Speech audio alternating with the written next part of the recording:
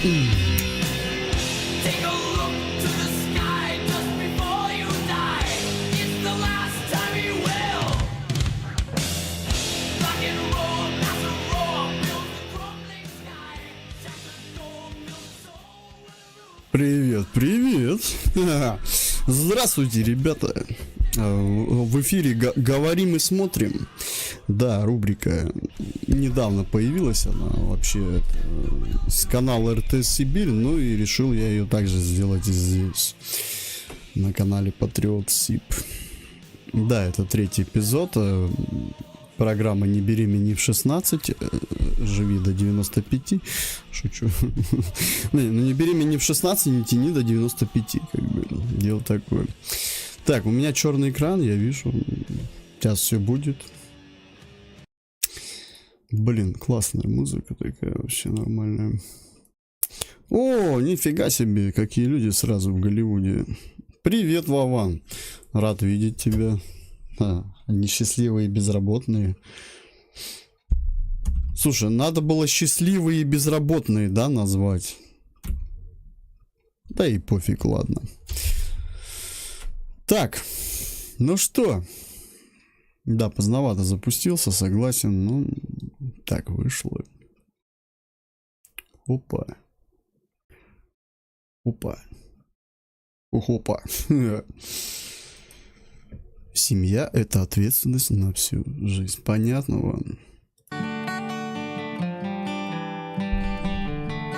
Я всегда об этом говорил, когда в Тарков играл. Беззаботные, счастливые. Тебе 16 и кажется, все еще впереди. Но Тебе 105 и кажется, еще все впереди. взрослая жизнь начнется раньше. Блин, я сегодня Уникальные истории девочек-подростков на из морсе разных клюквенном уголков сижу. страны. Не, подожди, У в каждой этот раз своя судьба и брусника. свой выбор. Стать мамой в 16. Решение, от которого зависит не одна жизнь. Интересно, а стать папой в 16 зависит от мамы в 16? А, ну да, кстати. Чего? Черный квадрат Малевича? Кошмар какой.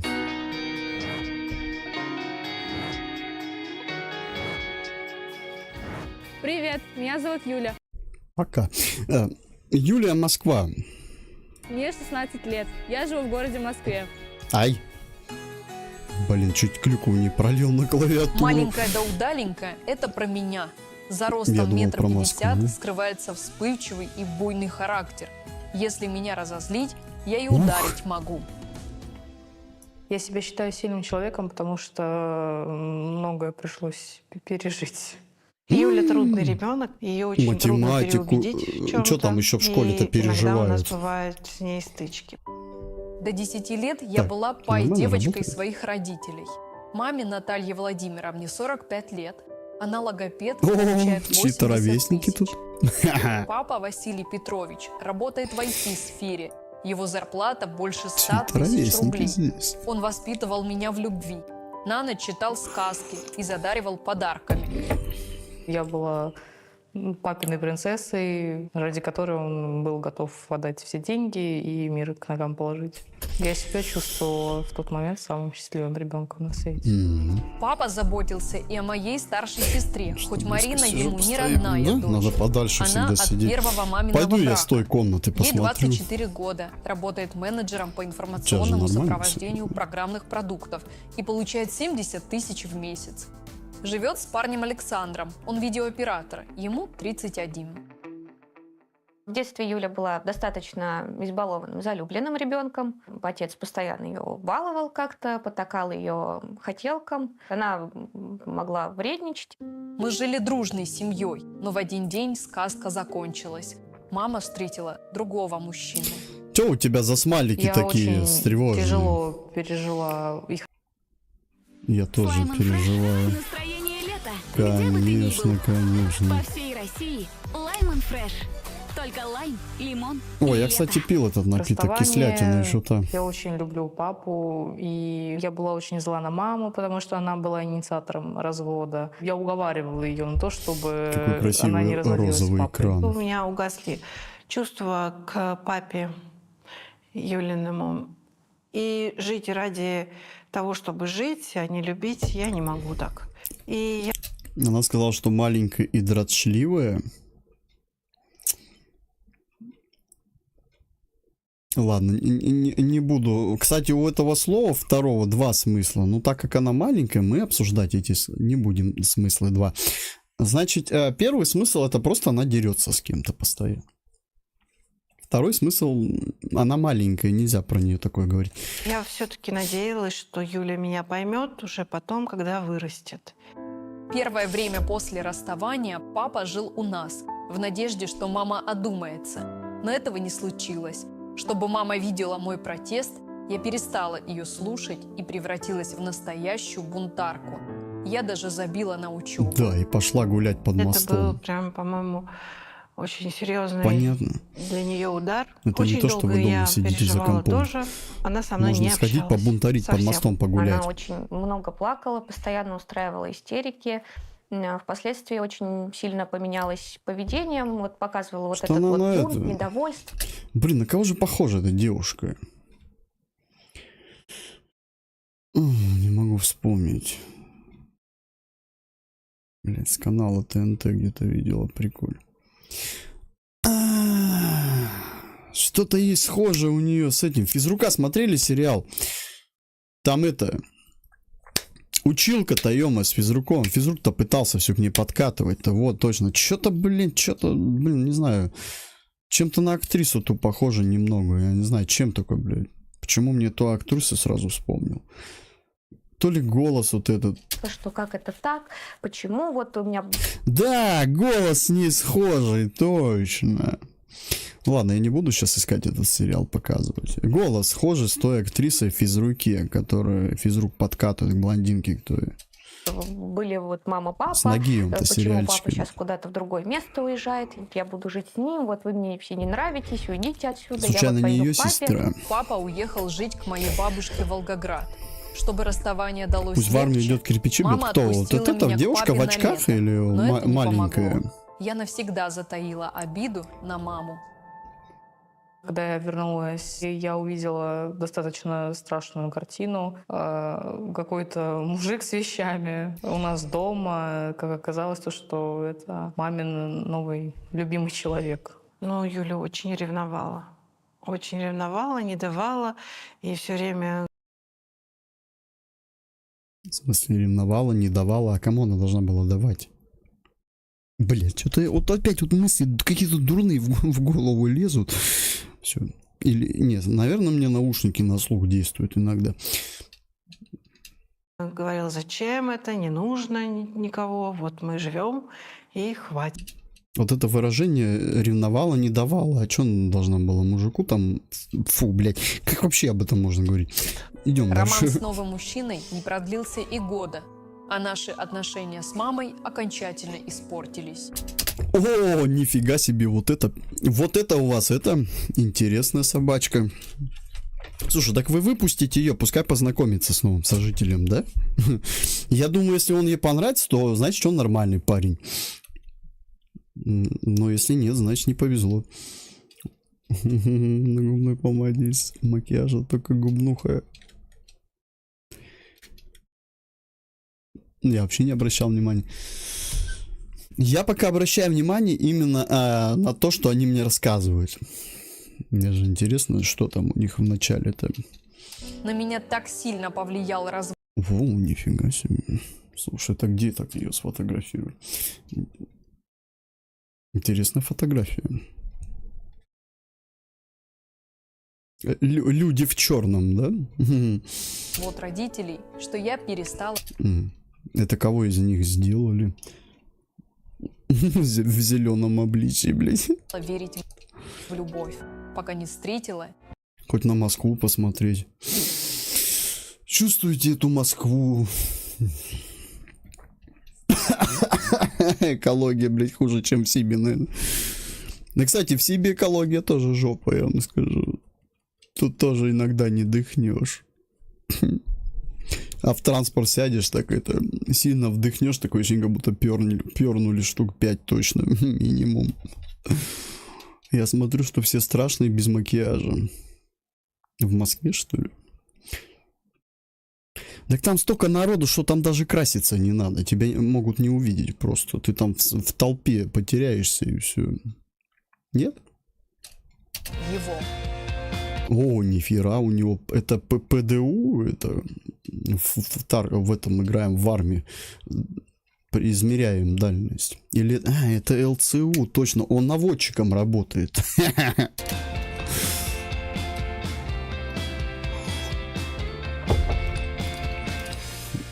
Началось. Ты такой высокий. Да Пирожочек, съел бы тебя. Моего парня зовут Егор. Ему 20 А я думал, Степа. Смотрели мультик «Дядь Степа» раньше-то? Нет? лет, живет в Орехово-Зуево. Это город в Московской области. Орехово-Зуево. Блин, каких только городов нету. Помните? Блин, сейчас опять эта херня сработает. Нет, только не она. Я не хочу ее снова видеть. Подожди. Смотри, Орехово-Зуево, а есть еще вот такой город.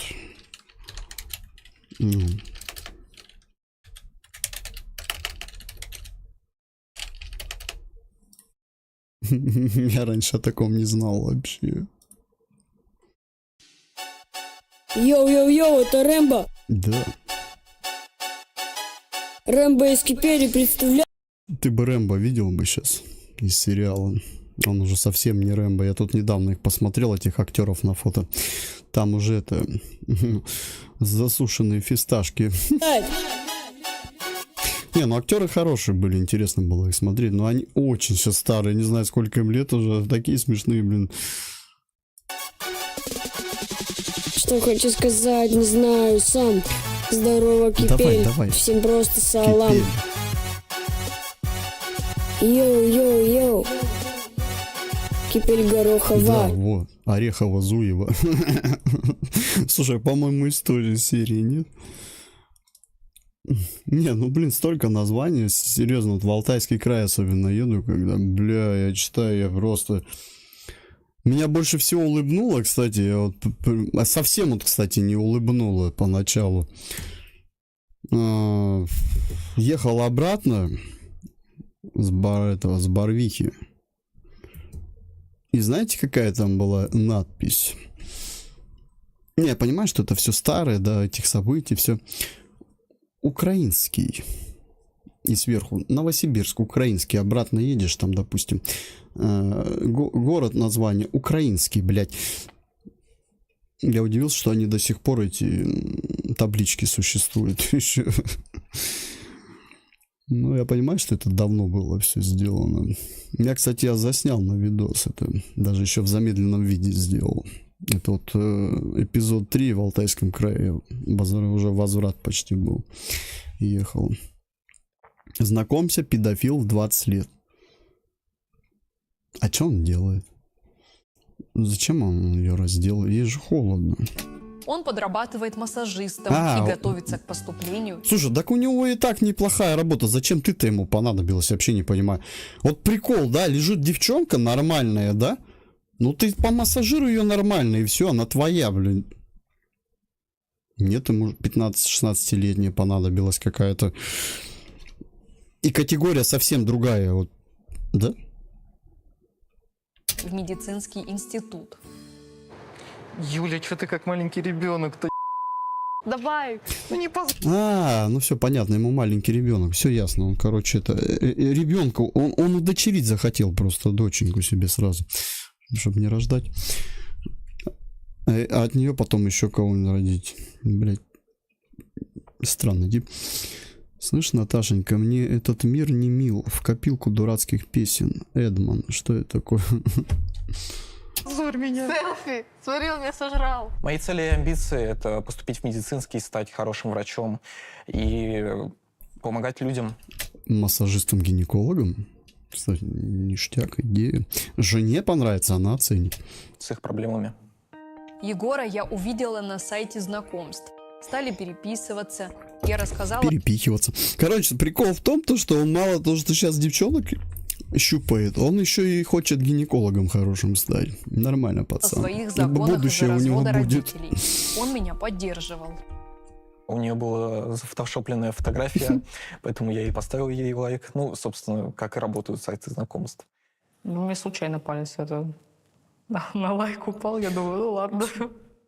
Через неделю непрерывного общения я заболела. Чувствуете уже эту любовь?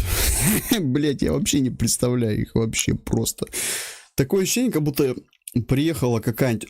Я, конечно, извиняюсь, я с уважением отношусь к именам всем, но приехала какая-то вот Клава из какого-то Кипель-Горох. И парень. Я и не могу, я на нее смотрю, она вообще на москвичку не похожа. Такое ощущение, как будто она просто девчонка откуда-то с деревни, из села. Она не выглядит как москвичка. Обычная девушка, да?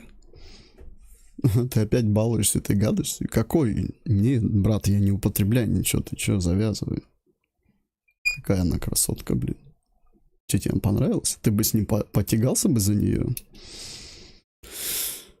Юлия, Москва. Слушай, ну тебе в Москву надо ехать тогда. Бросай это, свои теплые края, езжай в Москву.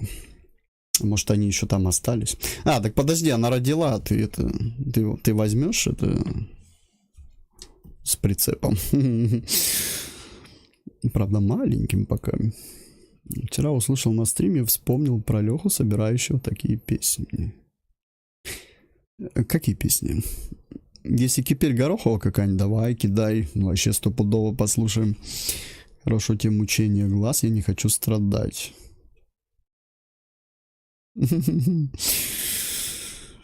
Ну ты слушай хотя бы. Закрой глаза и слушай тогда. Рассмотреть не можешь. А что с ним не так? Вот он, ну парень, не парень. Нет? Ладно, смотрим. Егор привез мне фрукты, когда Ни хрена себе. Вот это пацан. мамы не было дома. От поступка Егора я была в шоке. Ну все, Ехать 2 часа на я его. электричке, чтобы просто сделать Он мне мне фрукты приятное. принес. После папы обо мне никто так не Понятно, блин. заботился. Тут он, девчонки, давай мне хату покупай, там, ипотеку бери на квартиру, машину, там. А тут просто фрукты девчонки купил, и все, она твоя вообще. Москва, блядь. Ё-моё. Там все Москва, Москва, Москва, да там вообще жить тяжело. Да вон фруктами девчонок просто приманиваешь себе, и все. И она твоя. Что там написал? Эдмон, слышишь, Наташенька, мне этот мир не мил. Эдмон, да? Ты это намеком, что типа включи его? Ну, хорошо, стол заказов открыт. Блять.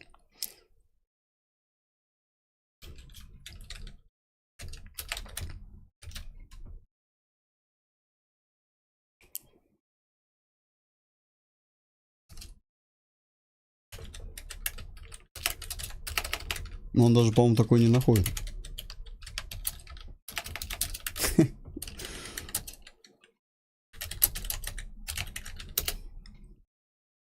А, есть, прикинь. Слушай, интересно, он победит этого, которого я слушаю? Спасибо. И в жопу.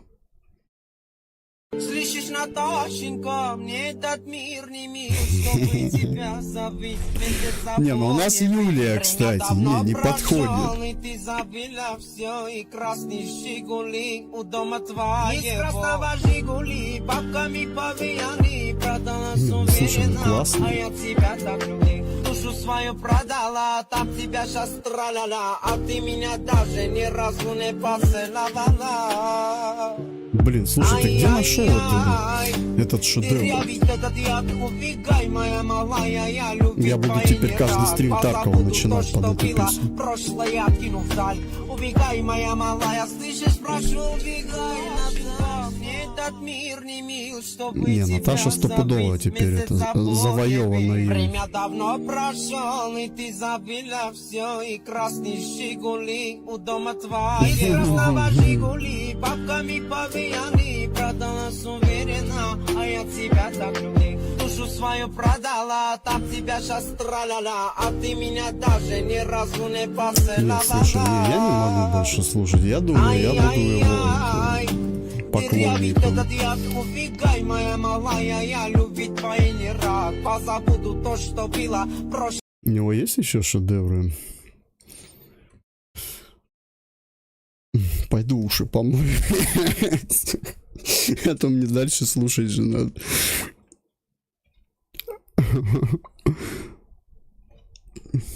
Еще одна дурацкая песня. Да ну ты чё, нормальная песня. Ты чё? Песня 2025. Что тебе не нравится? Тебя там траля-ля. Ну так если Наташа такие, если они любят, чтобы их траля-ля некоторые. Не, я не говорю, что все. Он имеет в виду не именно Наташа, а просто вот Наташа, типа, как славянское имя, да? Вот. А есть вот некоторая категория славянских девушек, которые любят, чтобы их траля-ля. Я увидела такого высокого, Но статного. это не именно славянское, это везде. Во всех странах есть такие девушки, которые любят, чтобы их траля-ля. Какая хатав, машины, фрукты, и она твоя? Да, да, я тебе говорю, смотри, я тебе говорю, она твоя. Это, ну, я не знаю, она же сейчас рождает. Да и тебя посадят за нее, не. Сейчас-то она, наверное, уже повзрослела. Сейчас уже фрукты не берут. Не берет, наверное. Сейчас овощи принимает. Мужчину. Юля внешне, честно говоря, мне не сильно понравилась, но она понравилась мне своим темпераментом. Сделай сливку. Так, блять, а чё? Кстати, знаете сливу? Мы, кстати, раньше в игры играли, вот где там ставки, ну там не на деньги, допустим, в карты, а на сливу. Классная тема, тебе вот так нос крутят, потом нос синий такой, блядь. Вот видишь, он сам себе девушку делает для себя. Он уже пластическую операцию делает. Под себя подстраивает. Ну. Что это? От Таркова до безумия один шаг? Ну да, вот видишь. А это квест такой в Таркове новый, сейчас прохожу. Это легкий человек, с которым можно обсудить все на свете. Вот редко ты заходишь на канал, что даже не по ним... Уже 3-й эпизод идешь, ты заходишь и удивляешься. Сразу видно. Часто подписчик появляется. Уже 3-й эпизод программы. Мы уже третью программу записываем. Кого? Какую сливу лося музыкального? Слушай, ну... Наверное, это будет жестоко, нет? Типа она ему потом лося. Не, она-то ему лося, мне кажется, легко даст вообще. Выдаст прям. Егор пригласил меня в гости. Не знаю, чем я думала, но согласилась поехать на электричке в Орехово-Зуево, ночевать к парню, которого вижу первый раз в жизни. Мы болтали всю дорогу. Егор оказался достаточно образованным, поэтому мы это и смотрим. Он, конечно, иногда говорил какие-то фразы со своего... Нет, я просто поклонник этой программы. Я вот прям мечтаю вечером сесть, вот только с вами посмотреть и также влюбиться, как они. Этого медицинского. Но я делала вид, то, что я все понимаю, то, что я читала про это. Но особо я не вдупляла, что он говорил. Сначала она очень стеснялась, не хотела разговаривать. Потом начала контактировать все больше и больше. И я понял, что мы найдем общий язык. На всякий случай адрес... Мне кажется, как будто его допрашивают. Как будто это... Может, там электрический стул все-таки снизу? Давай Тарков или Арму? В смысле, здесь, на этом канале? А у них есть здесь? Давай. На Ю есть Арма или Тарков? Знаете, кто? С Егора я отправила сестре. Маме сказала, что Слушай, поехала я, по-моему, не к видел подруге. на этом канале Таркова. В ту ночь Где у там нас увидел? все и произошло. Мы как-то Про Арму вообще молчу. вместе целовались, и все до этого дошло. Мы не предохранялись. Егор убедил меня, что бесплоден. Я уверен, что не могу иметь детей. Да он просто в Тарков играл. У него класс брони 5, поэтому он В уверен. детстве Да. Егор переболел раком крови. На фоне продолжительного лечения у него снизилась фертильность. Мне было 3 года. Меня повезли в онкологическое отделение. И там мне начали колоть химиотерапию. Ё-моё. У меня полностью Что за ужас это выпали все начались? волосы. Я от этого очень сильно смеялся. Я понимал, что дети умирают, они... Блин, почему, когда только начинаешь ржать, у них постоянно какие-то болячки вылазят, или мертвые, кто-то умирает? У вас есть что-нибудь вообще живое, веселое и без болячек? не выписываются, хотя медсестры и мама говорили мне иное. Я первое, что спросила, он умрет? А врач сказал, 70% вылечивается. Было очень страшно. 2 года химии препаратов, потом реабилитация. Я каждую секунду боялась и до сих пор боюсь. С мамой Егора, Мариной Николаевной, я познакомилась следующим утром, когда она вернулась с работы и Частный дом, застукала что ли? нас. Я не знала, что Егор живет не один. Его маме это квартира 51 такая. год, она сиделка, получает около 100 тысяч в месяц. Своего отца Сиделка, понятно. Вот я что-то тоже сиделич. Фу, блядь. Сиделыч. Что-то 100 тысяч не получаю. Сейчас вот сколько я уже? 10 дней дома сижу. Где мои 100 тысяч вообще? Егор не помнит, так как тот сбежал, когда узнал о диагнозе сына. Я очень злилась на мужа, когда он нас предал. Только моя семья помогала, а все остальные все отвернулись. Когда мы выходили днем, на него показывали пальцем. Он был лысый. У него все волосы отпали, брови отпали, все, вообще ресницы отпали, все отпало. Слушай, ну, заболевание крови это ни хера не смешно. Это смертельная болячка такая. И что вы хотите сказать, и это для шоу бы придумали? Чисто по приколу, да?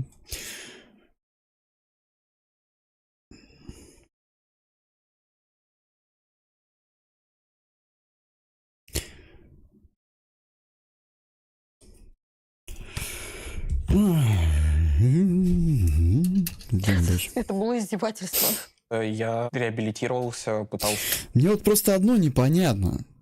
Причем тут здоровье вот это все и... ну да, это типа все связано с тем, типа как он говорит, что он бесплоден.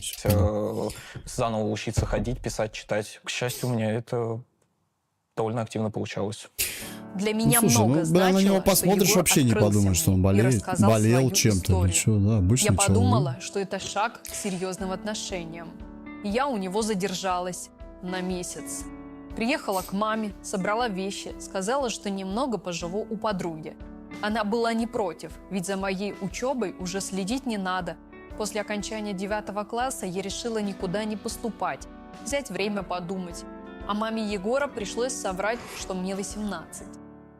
Меня пугает то, что на самом деле он привел действительно незнакомую девушку. Толком они друг друга не знают, и ее никто не разыскивает. Кажется, я поторопилась. В смысле, она должна быть в розыске? Все понятно. То есть я понял, про какую девушку она имеет в виду, чтобы она была знакомая везде и чтобы ее разыскивали. То есть она должна быть в розыске, чтобы ее искали. Такая девушка должна быть, да, по ее критериям? С переездом к Егору. Из-за совместной жизни мы толком не ходили на свидания. Официального предложения быть его девушкой тоже не поступало. Да и Егор перестал быть таким милым, как в первый день. Он человек настроения. Сегодня у него там все хорошо, бабочки, цветочки. А потом через час-два его... Потом тёлки, бухло, бордель, да? Не, нормально, это обычно мужская жизнь, как бы. Может, одиночная, сольная, да? как, не знаю, перещелкнуть, и он начинает творить какую-то дичь. И я не могу поверить, что это один и тот же человек.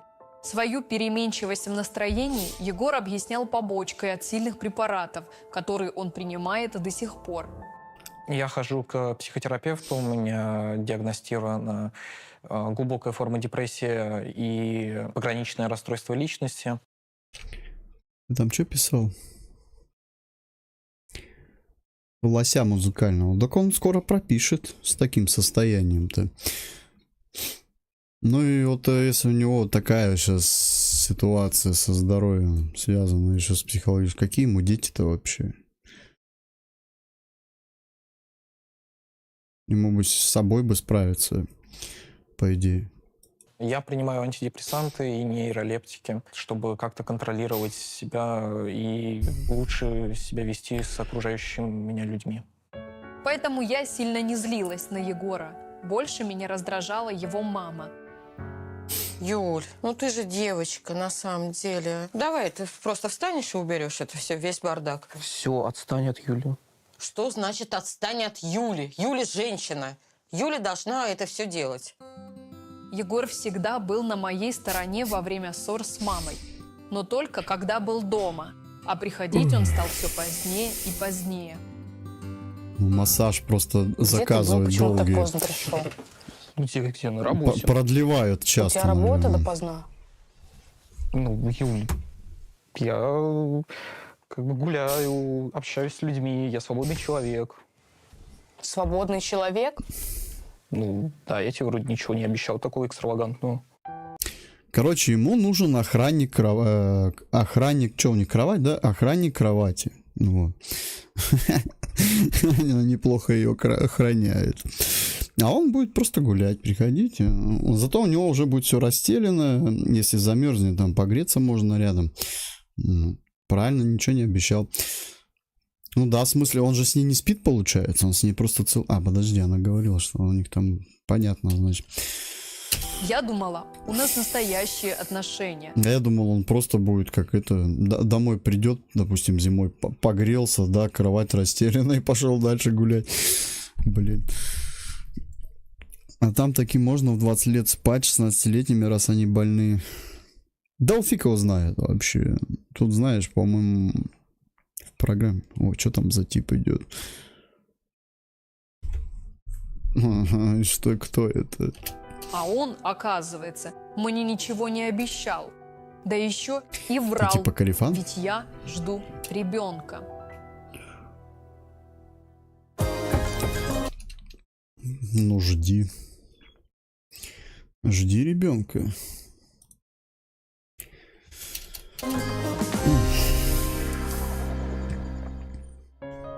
Я доверяла Егору, и весь месяц мы регулярно занимались сексом без предохранения. Первым звоночком стал напавший на меня Жор.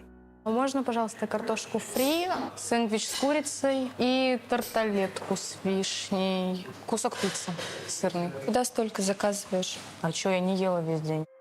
Второй звоночек – задержка.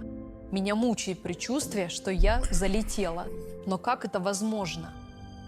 У меня задержка 9 Летать дней. не надо, и никуда не А залетишь. я тебе говорила, что он мне бесплодный. Видать, Юлечка, я во не сне, хочу как тебя это, удочерить. знаете, реклама. Мама, раньше была, мама, я опять летал во сне. Не летай, а то залетишь, сука. Ни в чем, но все-таки давай тест сделаем. Может, Прикинь, гормонал это сбой? реально надо было девчонке говорить. Мама, я опять летала во сне. Доча, приземляйся, а то залетишь. И в маму 16 попадешь. Чего-то. Я не верю в то, что это ребенок моего сына. Если вдруг это ребенок моего сына, это, конечно, Ну, боже, да. началось. Я послушала Нет, тетю это от Марину дивана и она пошла в аптеку забеременела. за тестом на беременность. Я вижу 2 полоски, я просто не понимаю. Я просто... Тетя Марина, Да? я вот тест сделала, я беременна. Егору сказала? Нет, еще. Ты знаешь, мне самой бесплодие поставили. 3 кисель. Это все ерунда. Да вы радуетесь, что у вас ребенок будет. С одной стороны, да, у людей, блин, со здоровьем проблемы, а они еще не рады. В крайнем случае, ну ладно. Будет как суррогатная мама для вас. Если вы не верите, допустим, от кого-то, ну... Какая разница, все равно вам же. Капец, у нее голос, как текст читает. У кого? У свекрови будущее или у главной героини? Или у него?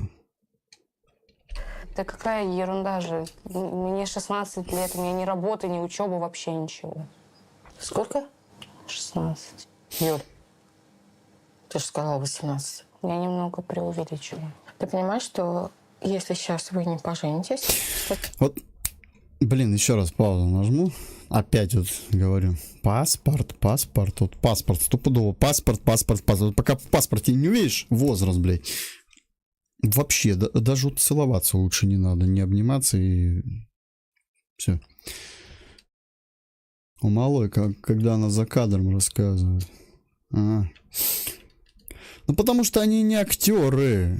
Вот и все. Поэтому так и палятся. Это же не актеры. Это не с этого, наверное. Не с какого-нибудь театра же. Это обычные люди, как ты вот захотел в программе сняться. Тебе дают текст. Не, ну слушай, ну у кого-то получается неплохо, да? Как-то разговаривать. Иногда кажется, как будто это на самом деле. Да тут все как-то все посмешано. Вот камера за ними бегает. Понятно, это наигранность, это фильм, это. Ну, когда вот начинаются вот эти роды, там вот непонятна эта тема. Плюс вот эти их истории, там кто-то у кого-то умер, вот они болели или что, вот эти слезы на глазах. Это тоже розыгрыш получается? Или как к этому относиться? Хотя ты молодец. Так, ладно, давай. Просто вот сделаем одно дело.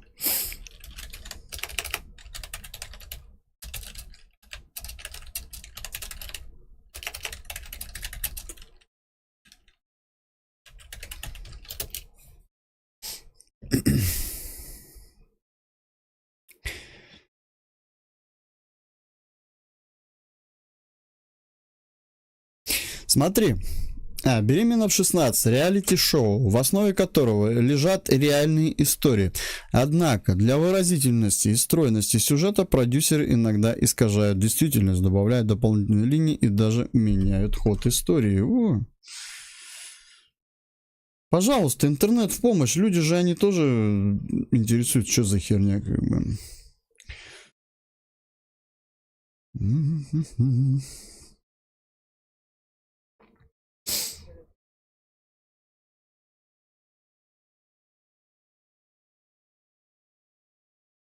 Смотри, вот, читая. Актеры или реальные люди? В «Беременна в 16» все юные участницы реальные. Что касается возраста девушек в положении, то берут не только тех, кому 16 лет. Очень многим участница уже 17, но встречаются и те, кому 15. Порой в выпусках можно увидеть актера или, возможно, даже актеров. Сделано это по той причине, что человек отказывается от съемок. Вот, а тут даже не знаешь, кто это. Реальные или актеры. И чтобы рассказать историю участницы, приходится нанимать человека, который исполнит роль отца ребенка, допустим, да?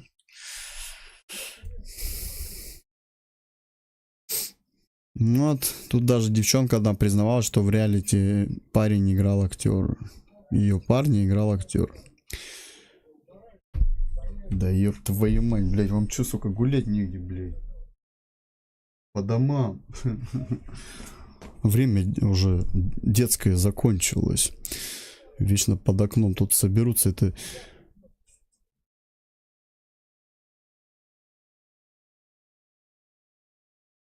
Да ёб твою мать, блядь, надо эту лавку снести там. Завтра пойду спилю. Вроде не пятница. Бывает такие случаи, что... Короче, блин, тут как бы наполовину реалити, наполовину хер пойми. Тут все посмешали, поэтому мы не вдупляем, как она говорит. Что это? Добро пожаловать в чат, добро пожаловать в чат. Что у меня с твичом? Мозгокомпенсатор. Нормально с ним?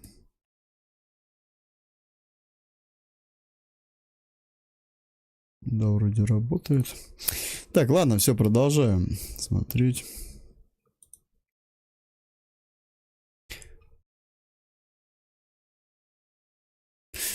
Леха, ты считаешь, это реал? Но я тебе как могу сказать? Вначале вижу, что это ни хрена не реал. Потому что, ну, как вот ты можешь перед камерой постоянно бегать? Ну, я могу вот стрим вести, а так вот прям жить перед ней там.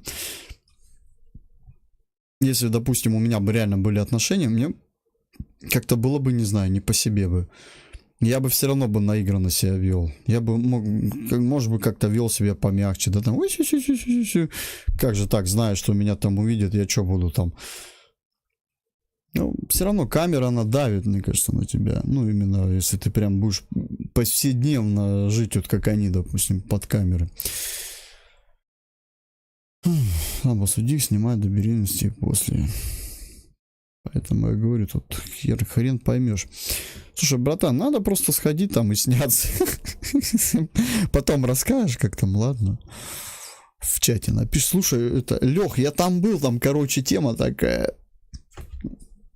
Я просто представил, блин, тебе 45, а ей 15. Это все, это 100 пудов, это статья. Блин.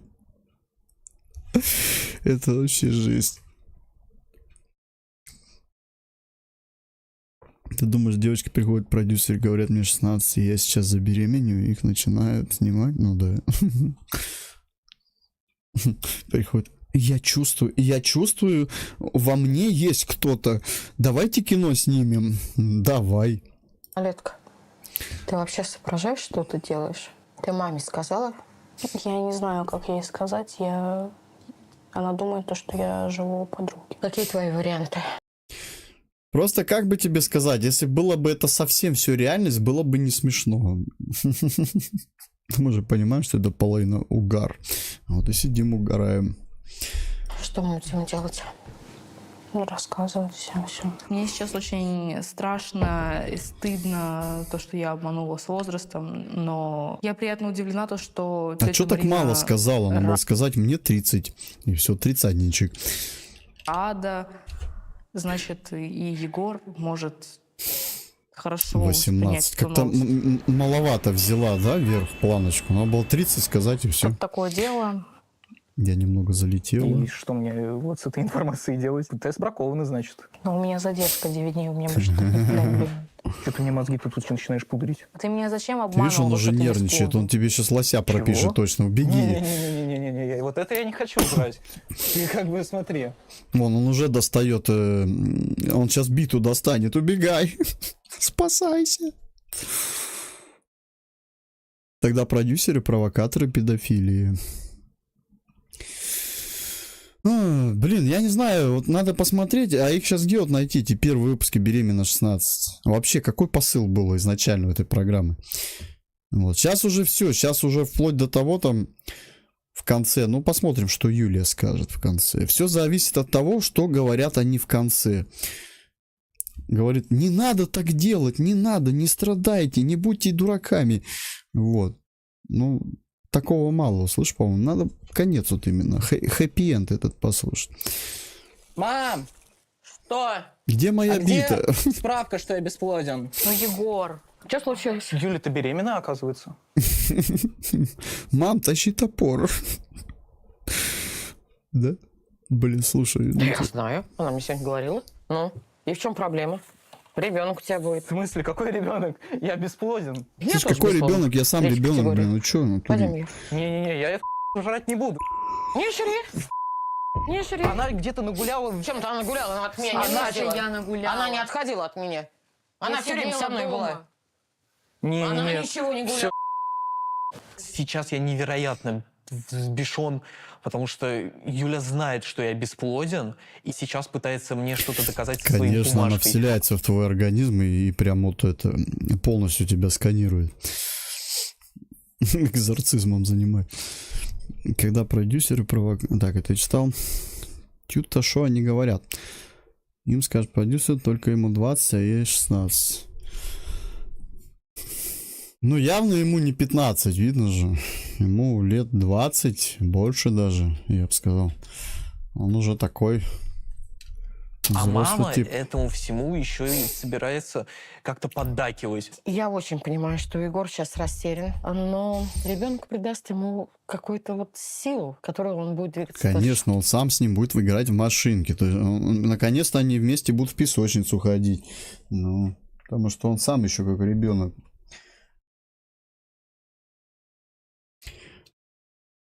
Я уверена в этом.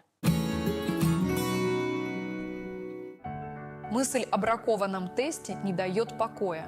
Мама Егора Что посоветовала думаете, меня сходить нет, на а я УЗИ, тут? чтобы В программе, подтвердить- что ли? Это ты снимаешься? Так его Егор зовут, а не Макс. Нифига ты помолодел. Тебе же было вроде 35. Макс, давай завязывай. Уходи с программы, блин. Чего не предупредил, что ты там? Добрый вечер. Привет, привет. Ты хоть предупреждай, что ты там. Я хоть не буду смотреть этот выпуск. Беременность. Юлия, Да, вас шучу. поздравляю. Вы беременны. О, Сейчас у вас 5 недель, срок очень маленький. Это плодное яйцо, а это наш эмбрион, плод, который живет в своем домике. который живет у вас в голове. Просто не могу поверить в то, что я беременна. Во мне сейчас растет новая жизнь. Да ты сама только выросла, вот.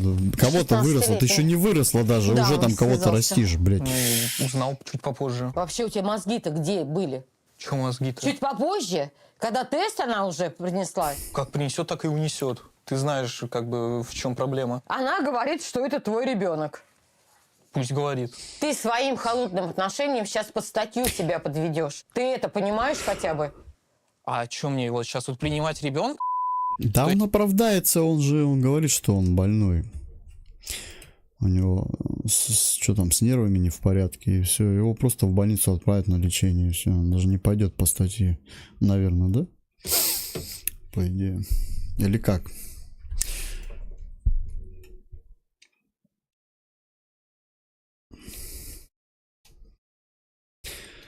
Что они там на экране говорят? Да они там Тарков квест выполняют.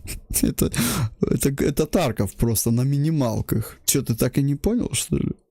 Не, уже не то понял. Не, подожди, может не там, может Майнкрафт. То есть мне вот сейчас взять, обрадоваться. Не матерись, я сказала. Мне сейчас обрадоваться, да, Юленька принесла мне ребеночка, тугоселю маленького. Я не хочу с таким здоровьем ребенка, я не хочу, чтобы ему Хорошо. перешло Если ты- хоть что-то от моего здоровья. Я не хочу ощущать то, что ощущала ты. Я не хочу вот этот страх и трепет ощущать, то, что мой ребенок может умереть. Все, что сейчас происходит, это какое-то безумие. Я воспринимаю это как шутку, не более. Потому что я не могу иметь детей. А это... В смысле ты не можешь иметь детей? Ну это же поимел. Вообще не понять. Типа, я не могу иметь детей. В смысле ты не можешь? Ну вот эту же ты как-то поимел, вот эту. Значит, ты можешь их иметь. Просто бракованный тест. Может, у Юли что-то реально серьезное. Может, какая-то опухоль, надо провериться. Значит, как вот этих детей иметь он может, а тех детей он иметь не может. Какой-то тип непонятный, да? Я вот тут в больницу ходила, и беременность подтвердилась. 5 недель. Вообще замечательно, папа.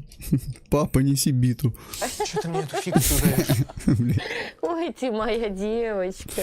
Ну ты вот это вот будешь продолжать, да, типа? Не матерись, я сказала. Я не могу иметь детей. Это еще мы будем подтверждать. Как ты не можешь, ты уже ее отымел. Когда он так говорит, мне смешно становится. Я не собираюсь вообще растить чужого ребенка. Я вообще не собираюсь вот это верить. Типа, ты нагуляла где-то на леваке, и сейчас на меня хочешь ребенка какого-то скинуть? Саш, Вас шел. двоих. С ума сошел! Меня очень бесит и расстраивает тот факт, что никто не может понять мою позицию. Я не с пустого места взял тот факт, что я бесплоден. И даже мама, родная мать, решила в серого кардинала переиграть. Слушай, одно чудо совершилось, и все. Она твоего взгляда забеременела. Ты взглядом зачал его. Ну, бывает такое. Как бы. И перейти на сторону Юли. Я так благодарна тебе. Может, касанием. тебя обнять за все это время. Спасибо тебе. Я очень благодарна тете Марине, то, что она поддерживает. Я, правда, надеюсь, что в скором времени это все как-то рассосется, Егор успокоится, и все будет хорошо. Это обязательно такой белый экран делать, вот прям, чтоб тебе в шары прям Ну, било. короче, у меня девушка беременна. У тебя диагноз поставлен? Ну да. Как это вообще возможно? Я не знаю, как это возможно. Нагуляла. Да, Егор, ты уверен, что это твой ребенок? Проверял переписку, Хороший с кем он вопрос. общается, гуляет. Может, стоит проверить его телефон, например? Я вообще не понимаю Егора вот на данный момент. Но, понятное дело, это у нас это, как она... Ой. Это как бы фильм. Но если вот посмотреть его окружение, с кем он общается, эта девушка вообще не вписывается в его окружение. Ты смотри, какие у него девчонки здесь. Смотри, кому-то он там массаж делает. С друзьяки у него там такие стильные ходят, там одетые нормально, все. И тут он берет просто обычную девчонку какую-то. Я не верю, что вот он бы с татуировкой, да, выбрал бы вот какую-нибудь вот такую девчонку. Нет, никогда не поверю. Вообще не его типаж просто. Ага, и это не прокатит вот эта любовь зла, полюбишь и козла, ага. Мало то, что молодую выбрал, а сейчас еще и залетела она от него. Ну это бред какой-то, блядь. Это срочно, чтобы вообще понимать, можешь ли ты быть отцом? Если там хоть один какой-то процент. Мне, конечно, неприятно все это выслушивать от своих коллег, но, скорее всего, они правы. Мне нужно перепровериться. Маме говорить о беременности Да перероди заново просто и все. боюсь. Сначала посоветуюсь с сестрой, так как она знает о Егоре. Я беременна. Как в Старково, И мы через с тобой не хром. разговаривали разве? Снарядился и еще пошел, да? бесплоден. А, конечно. Вась, скажи, у него нет случая? Я не знаю, как маме сказать, просто я ей говорила, что я живу у Лизы. Месяц. Да. Восхитительно. Мама теперь будет знать, что у Лизы есть нюансик. Сказать ребенку, что бесплоден, и уломать на постель. По-мужски хочу закопать. По-человечески хочу пожалеть. Я ее вот такой вот видел от этой новости. Я не могу понять, почему это произошло. Кого в армию? Его в армию? Ты как его увидел, сразу в армию хочешь отправить? С ней, где была ее голова, как она вообще дошла. Блин, слушай, ну смотря в какой позе они занимались. Так бы можно было понять, где у нее была голова. Задается вопросом, да? Шла до этого, она не готова, у нее никакой самостоятельности абсолютно нет. Но в этом процессе она была готова и самостоятельна, все нормально. Но теперь явно, если я не скажу маме, то скажет сестра. Я все это время не у Лизы жила. А, подожди, так, бля, я забыл, что у нее мама-то вот эта женщина. Это, получается, сестра и ее парень. Ё-моё. А у кого? Я там с мальчиком одним познакомилась. С каким мальчиком? А где ты познакомилась? На сайте знакомств. Юль, ты вообще как себе представляешь?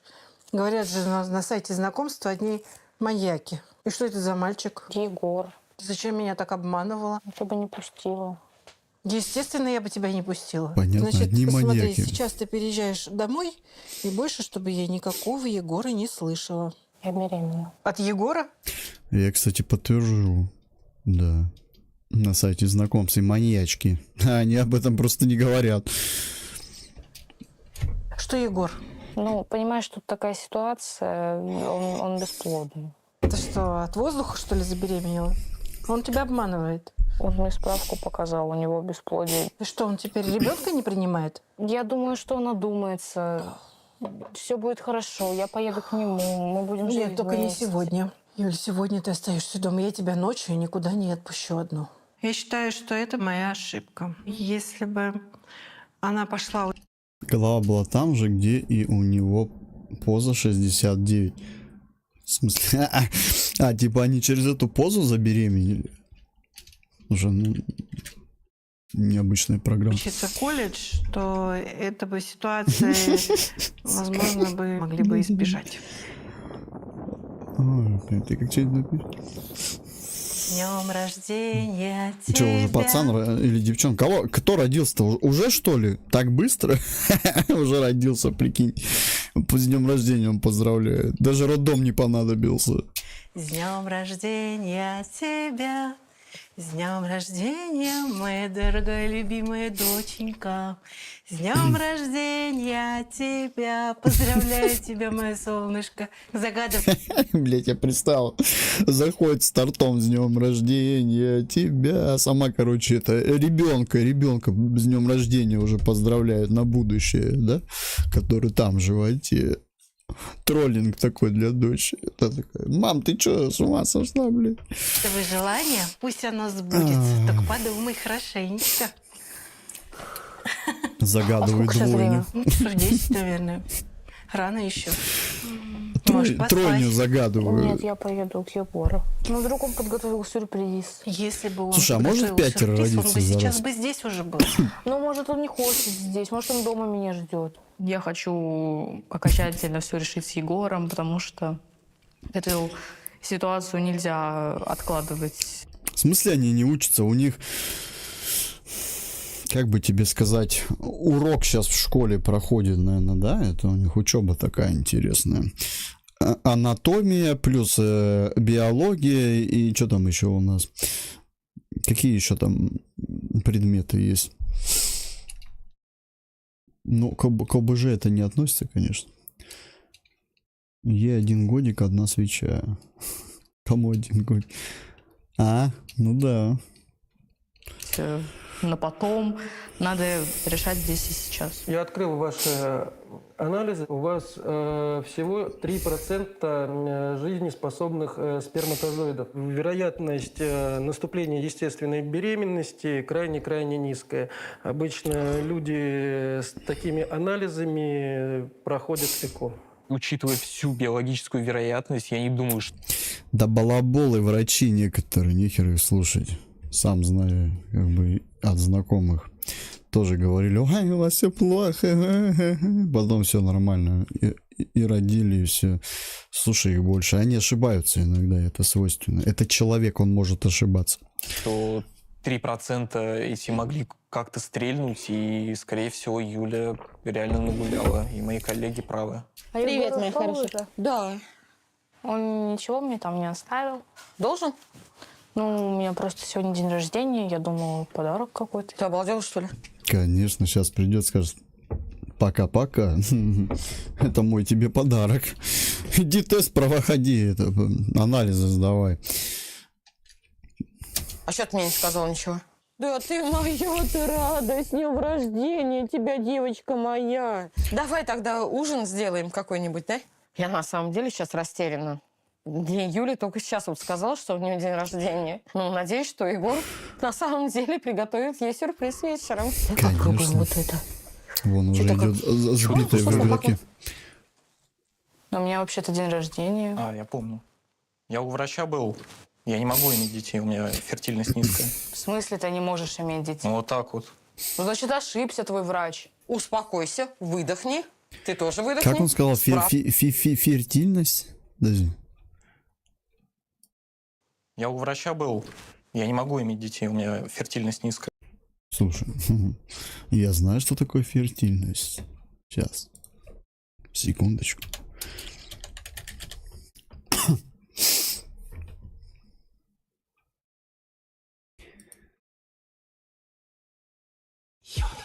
Спасибо. Пожалуйста. Это типа рэпа, видимо. Я брел однажды по пустыне, внешний вид. Вот смотрите, богиня, блядь, в неглиже. Ну и схватил ее.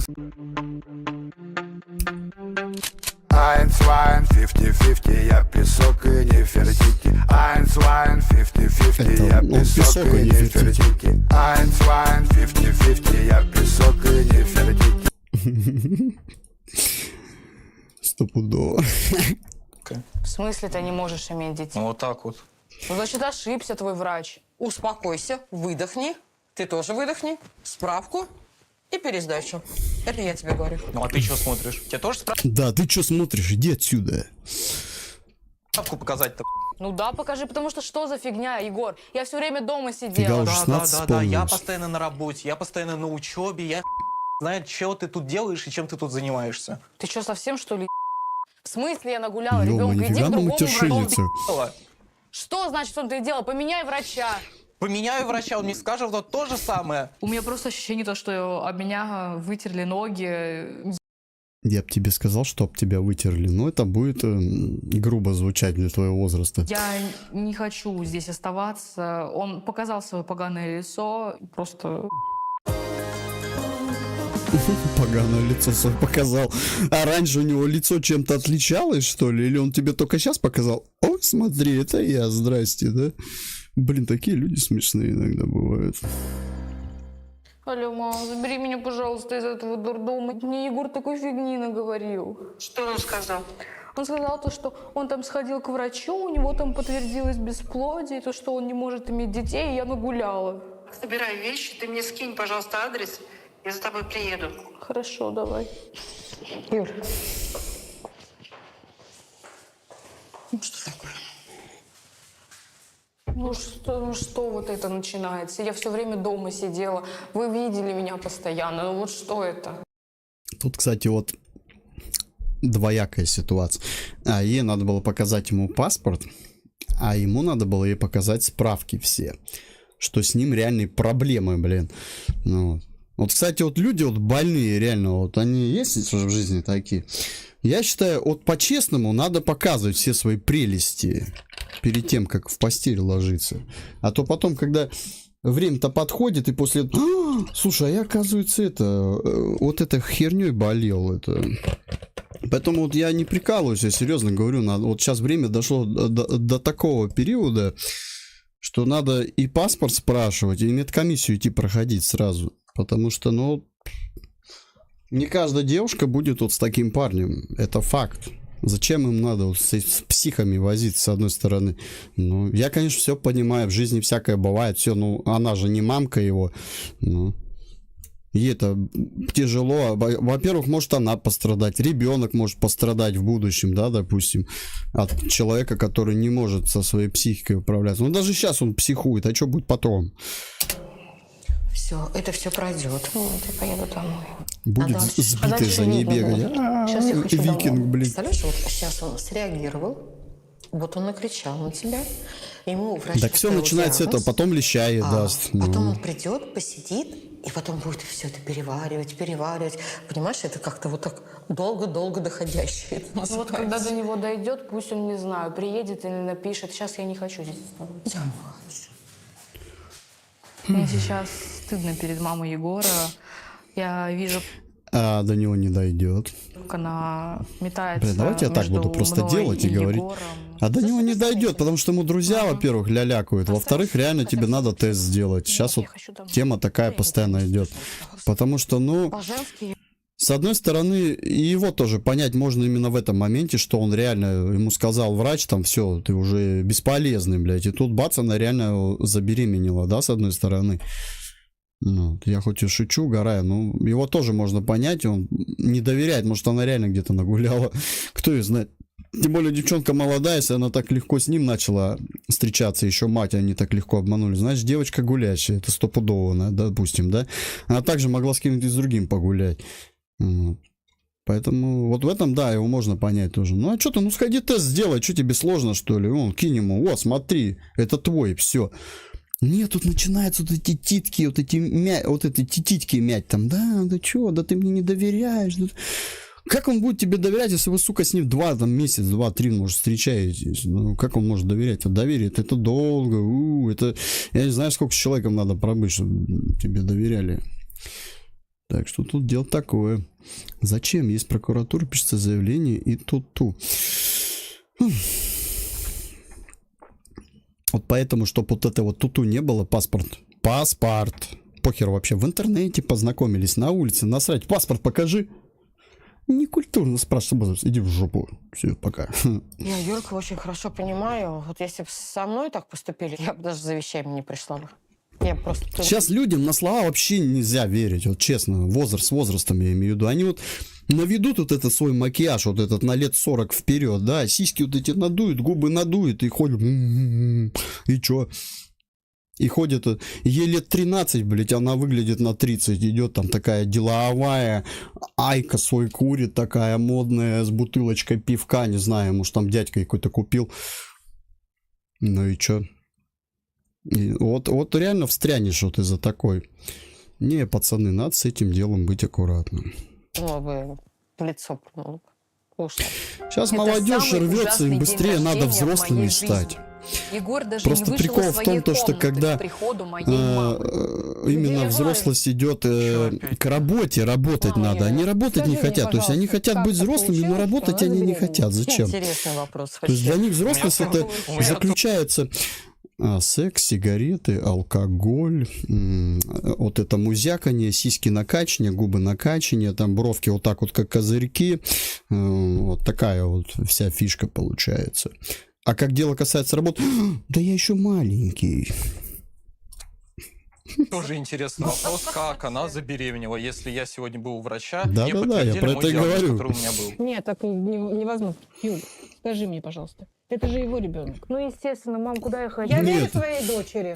Она скажет, нет, мам, это соседский ребенок. Ну, все понятно. Пойдем, собираем Это вещи и друга уходим. его. Впечатление от Юлиной мамы весьма неоднозначное. Она не Что у ищет тебя за своего татушка? ребенка, Покажи никак не хоть. интересуется Интересно. им. А потом приходит в Кто там чужой нарисован? дом, врывается, грубо говоря, и Кила, строит из Тагила. себя мать-защитницу. Мам, ну вот ты сама сейчас Глухарь? Нет, Что, я мам? вообще очень удивлена, как так получилось, что молодой парень и бесплодный. Он в детстве раком переболел. Кто 3 месяца встречается? Она говорила, что первый раз встретилась и ноги раздвинула. Бесплодие, как он считает. Ага. Вообще в шоке. Не стыдно то, что я ее обманывала и... Тебе вообще не стыдно, что ты встречаешься так рано? Не, встречаться-то ладно, вот спать уже и беременеть.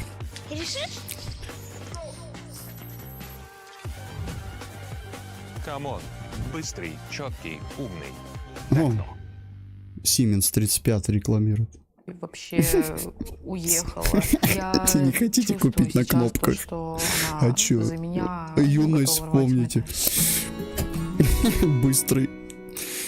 2 недели я живу у мамы. Егор даже ни разу не позвонил, не написал.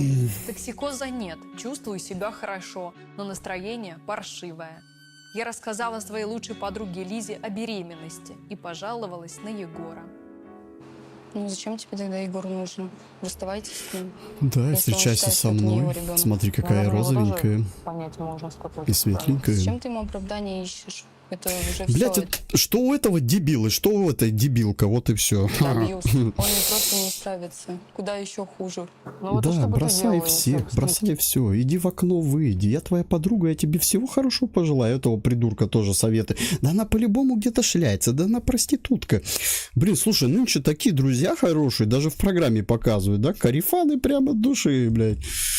Все хорошее тебе пожелают. Я бы сразу уходила от этого человека. Да, вот вопрос, а она вообще сама с кем-то? И сколько ей лет вообще? Тут не сказали, сколько ей лет, и есть ли у нее парень. Если ей лет 20, и у нее парня даже в жизни не было, она дает совет ей. Все-таки лучше бы с мамой подняла этого ребенка, воспитала. Я понимаю Лизину заботу и реакцию обо мне. Мне неприятно то, что Егор об меня вытирает ноги, но и совет Лизы сейчас вообще ни к чему. Если твои 3% выстрелили, ты представляешь, какое это счастье? Вот такое себе счастье. Мне поставили бесплодие. И ты знаешь, какое счастье было, когда я рожала. Ну вот, пример, мать у тебя бесплодная была, допустим, да, родила, а ты в чем? Ты яблонька от яблони недалеко упал, и все, да? Правильно? Тебя единственное прошу, не руби с плеча, как твой папа это рубанул. Тебе же было больно тогда, помнишь, когда папа нас бросил? Вот этого не делай. Ни Егор, ни его мама до сих пор со мной не связываются. Боюсь, что своим уходом я сделала только хуже. Надо было остаться и отстоять Конечно, правду. привязать себя А к так Егор кровати, думает, что приварить, ребенка я короче, нагуляла, и моя приклеить к судьба ему матрасу. Да? Так сказать, ты держать здесь позицию. Здравствуйте. Держать Егор, позиции до конца. Не надо. Это приказ. Ей не нужно нервничать. Я не знаю, надо что ей нервничать я сейчас сам нервничаю. Я наговорил. Егор, Дайте мне Егор, иди, Юля, иди. Юля, с Богом, иди. Юля. Пожалуйста. Что ты Юль, делаешь? я не смогла его не пустить. Прости меня, пожалуйста. Я готов принять ребенка. Я наговорил. Так ты уже принял ребенка, все. Сейчас у ребенка будет еще ребенок. Ну, ты уже давно принял ребенка. И как ты говорил, ты не можешь иметь детей, ты уже поимел ребенка. Ну, все нормально, все ты можешь иметь детей. Правда, до заявы. Глупостей. До первого Пожалуйста, же. прости, если это мой ребенок, я готов его принять. Если это твой? Сделаем тест ДНК и все. Ну, на всякий случай. Тест ДНК. Да. Да. Ну, Юля. Пошел отсюда! Чтоб я тебя больше здесь не видела. Да блин, ну сделай ты этот тест, задолбала. Юль, не нервничай ты так. Что Тебе там, сейчас сложно нельзя. тест делается, Это так что? обидно, очень обидно. Но мы им прям плюнем этот тест ДНК ему. Ну вот, что и требовалось доказать. Если бы это был мой ребенок, она бы с легкостью согласилась на ДНК-тест. Я Да готова она просто ребенок его просто прибить. еще. Для нее Да подушка слишком она не мягкая. понимает, что Это он тебе задерживался надо на работе, а не я. как бы твои сомнения рассеять. А ей вот именно свои вот эти амбиции показать, что ты, ну как же так, ты мне не доверяешь, я же такая там верная тебе.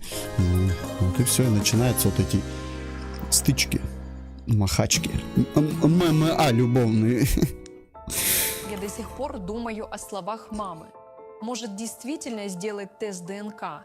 Тогда Егор поверит мне, и мы сможем сейчас ты, стать короче, еще счастливой семьей. потянешь время до конца программы, где-то до полтинничка минут, а там тестик сделаешь. Я сходил в больницу, как ты и посоветовала. Мне там подтвердили бесплодие 97%. Детей я иметь не могу. Ну и плюс Это он ко опять с всему кем я идет? предложил ей тест ДНК. Так ты вот на Она ней отказалась. проверь тоже. Ну, это, по-моему, Пускай... всё очевидно. Слушай, ты вот с ней подтверди в процессе. Если она не забеременеет, значит ты не можешь иметь детей. Попробуй с ней тоже. Ну. Да? Надо же точно удостовериться, я думаю. Прикинь, залетит еще одна. Вот будет веселуха вообще. Она точно из Москвы, не из Чё? Как это назвать? Хацапитовки? Что это такое вообще? Ты как это написала, это выговорить не могу вообще. Если бы мне предложили такой... Смотри, у него сумка полосатая, цветом пиндосовского флага стопудово. Там он звездочки еще слева, наверное. Америкосов любит, сучка, да? тест, я бы согласилась, потому что, ну, что тут обижаться, А, нет, обычно. если и так все понятно. Я Поэтому пошутил. я свободный мужчина и могу гулять с кем захочу. Но поскольку мы с Юлей в довольно натянутых отношениях. Конечно, ты ее натягивал, блядь, сколько ее натягивать. Сейчас ты ее сначала натянул, сейчас ей мозг натягиваешь. Ну уж хватит уже натягивать ее с мозгом. Веселый ты парень. Я молодой парень, мне Егор. хочется женского внимания, естественно, я буду это искать извне. Сходи вот эту еще девчонку, это... Ладно, не буду говорить, что... теста ДНК. Я не против, Проверь, плоден ты или нет. доказать тебе, что кроме тебя у меня никого не было, и все твои обвинения — это полная фигня. Ну давай, блин, это максимально круто, спасибо большое. У меня типа выходные должны быть через недельку, сейчас у меня все забито, давай вот сходим вместе. Ну давай. И я сейчас в дикой растерянности. Да, потому вдруг что он твой окажется, да, ты лох. Если она согласна на ДНК-тест, значит, Не, ну она ты не лох, как бы, боится почему ты его лох? результата. Нет, ну подожди, ты лох, как бы, потому что малолетку... Зачем вы так, пацаны, в натуре попадаетесь? Вот. Он, наверное, только в этой программе попадается, да? О, Паша, привет. Я имею в виду, что я вот именно как вот он говорит, что ему врач вот эту херню ставит, да, он не, вот из-за этого не верит, как бы. И вот во всем виноват врач. Если, короче, она залетает от тебя, если доказано, ты подойди врачу, ну, не знаю, оленя пробей, лося, как бы, ну, спасибо, скажи, поблагодари за диагноз свой, как бы, обязательно. Вот, а не на нее там кричит, да? Да, точно. Мы встретились с Егором, Блядь, чтобы вот- вместе пойти в клинику. Вот эти, как их, эксперты медицинские, они такие бабки гребут, но иногда такую херню несут просто. Вот. Сейчас этих врачей много, но половина бесполезных. И узнать, как делать тест ДНК во время беременности. Уже скоро я смогу Ты доказать придешь свою верность. пожаловаться на геморрой, он скажет, что у вас со зрением плохо, идите к окулисту.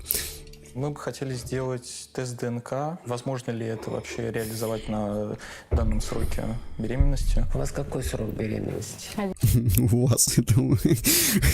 Она сразу так, у вас какой срок беременности? Как будто она ему вопрос задает. Вы хоть девчонку сначала покажите ее камерой. 11 недель. В данном Вот. сроке беременности... Теперь понятно, это что она к всё нему очень обращается. опасно. Тут два варианта. Если по скринингам все хорошо, и вы будете дальше вынашивать эту беременность, значит, тогда нужно нам дождаться рождения малыша, а потом только после рождения ребенка вы можете пройти тест ДНК. Еще есть метод, когда больше срок там прокалывает, амниоцентез делают, но это еще опаснее, чем другие методы, так будем говорить. Самый безопасный метод – это после рождения Это не беременеть малыша тест в ДНК. 16. Ну, и что дальше? Что дальше? Самый безопасный метод — это не беременеть в 16. Все, жить нормально, учиться там уже после 18, пожалуйста. Ну, кто-то и больше учится, конечно. Ну, правильно я говорю? Да в армию его. Кого? Его в армию? Не, он от армии уже отмазался. Он же псих. Ты же, он идет, у него уже руки. Ему кажется, как будто у него спина накачана. Видишь, он уже идет. У него крылья вкачаны, видать. Скоро взлетать будет. Плачет всю передачу. Я бедный, больной, бездетный. Тьфу. Египетская сила. Так ему, может, роль такую дали. Ты побольше плакай. Тьфу, египетская сила. Люся, намотай сопли на кулак. В армии только мужиком станет. Ну или на зоне. Ладно, посмотрим, что будет дальше. О, нифига там. Стул такой маленький. Столик. Слушай, я просто представил себя с компом за ним. Правда, жопа не войдет туда. Кому нужен стол компьютерный с креслом стримерским, а? Вон, смотри. Офигенный вообще. О, сюда системник можно даже поставить. Нормально, да? Брат тебе не нужен? Ну, ты не будешь со мной общаться теперь, пока ребенок не родится. Не будешь никак помогать, ни морально, ни финансово. Дай, пожалуйста, мне подумать пока что. Мне очень А что случилось? больно то, что я сейчас завишу от решения Егора. Будет ли он со мной общаться, будет ли он помогать ребенку. Очень противно такое состояние. Юля готова на тест ДНК. Замечательно. Мы сходили к врачу в клинику, и нам сказали, что ДНК уши. Сука, апельсинчик. Блин, слушай, ну какой ему ребенок? Блин, он опасный тип, блядь. Не знаю, по мне так, мне кажется, он это сейчас апельсин вот так вот возьмет. Сука. Блин, я не хотел быть папой. Делать после рождения ребенка, это так будет безопаснее для ребенка и Юли. Ну, в принципе, да. Но я тебе скажу, что вот интуиция твоей мамули – это наш ребенок. Давай все-таки. Вот этот ваш совпадение. Блин, мне вот эти операторы нравятся. Интуиция твоей мамули, что это наш ребенок. Хуяк с кошку показывают. Блин, прикольно. Там тоже ситуация была. Что-то там про беременность. Не, чтобы сначала девчонку показать, потом врачиху. Они сначала его показывают, потом врачиху. Как будто она ему вопрос задает, а вы беременны? Вот к Юле относись вот как-то. Представляешь, как ей тяжело сейчас? Тут еще профессионально снимает, оказывается. Вот представь себе, как ей тяжело сейчас. Ну, мать можно понять. Она, наверное, никогда и не надеялась, что может стать бабушкой. Да и Юля ей симпатизирует, и она не хочет ее обвинять в том, что она гулящая. На первый скрининг я иду одна. Егор пропал. Видимо, Я вот тоже на первом стриме был один, вот, когда в Арму мы играли, там, тоже стримил, первый стрим у меня был. Правда, я сидя это делал, я лежа это не делал, это некрасиво. Как ты будешь играть в Арму лежа? Вставай, давай стрим. Шевелится плодик. Вот. Какая прелесть. Опять Майнкрафт показывает. Видишь? Ага. Сердечко собирает там. Маленький такой человечек. Ну что, Юля, в Майнкрафте, да, он маленький, квадратненький такой бегает. Хромосомных аномалий на ультразвуке я не вижу. Я очень рада, что с ребенком все хорошо. Это как гора с плеч. Я очень переживала что из-за проблем со здоровьем Егора может что-то ему передастся. Егор пропал. Не звонит, не пишет. Ну и фиг бы с ним. Пропал и пропал. Ты сейчас должна думать только о себе, о ребенке. Да я понимаю, но я же согласилась на этот тест ДНК, а он взял и пропал. Ты знаешь что? Родится ребенок, сделаем тест ДНК и подадим в суд на алименты. Егор, привет. Юля, привет. Ну, привет. Егор. Привет. Здравствуйте. Я пришел извиниться за свое поведение, наговорил глупостей, я обдумался. И я готов воспитывать ребенка. Что ты сейчас хочешь? И я хочу, чтобы она жила со мной, чтобы она ко мне Нет. вернулась. И я хочу пожениться на Юле. Что ж ты раньше-то ей не верил? Потому что у меня есть диагноз, мне все врачи говорят, что я бесплоден. Ну, ты теперь понимаешь, что этой бумажкой можно просто ее выбросить.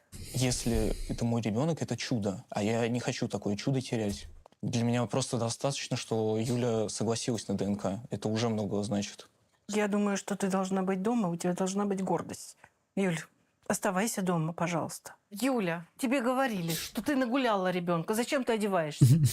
Юля, я поеду. Как Юля дома Юль, быстро не езжай никуда. Юль, если ты сейчас уйдешь, я за тобой больше не приеду. Ну, мама... Ты мне можешь не звонить.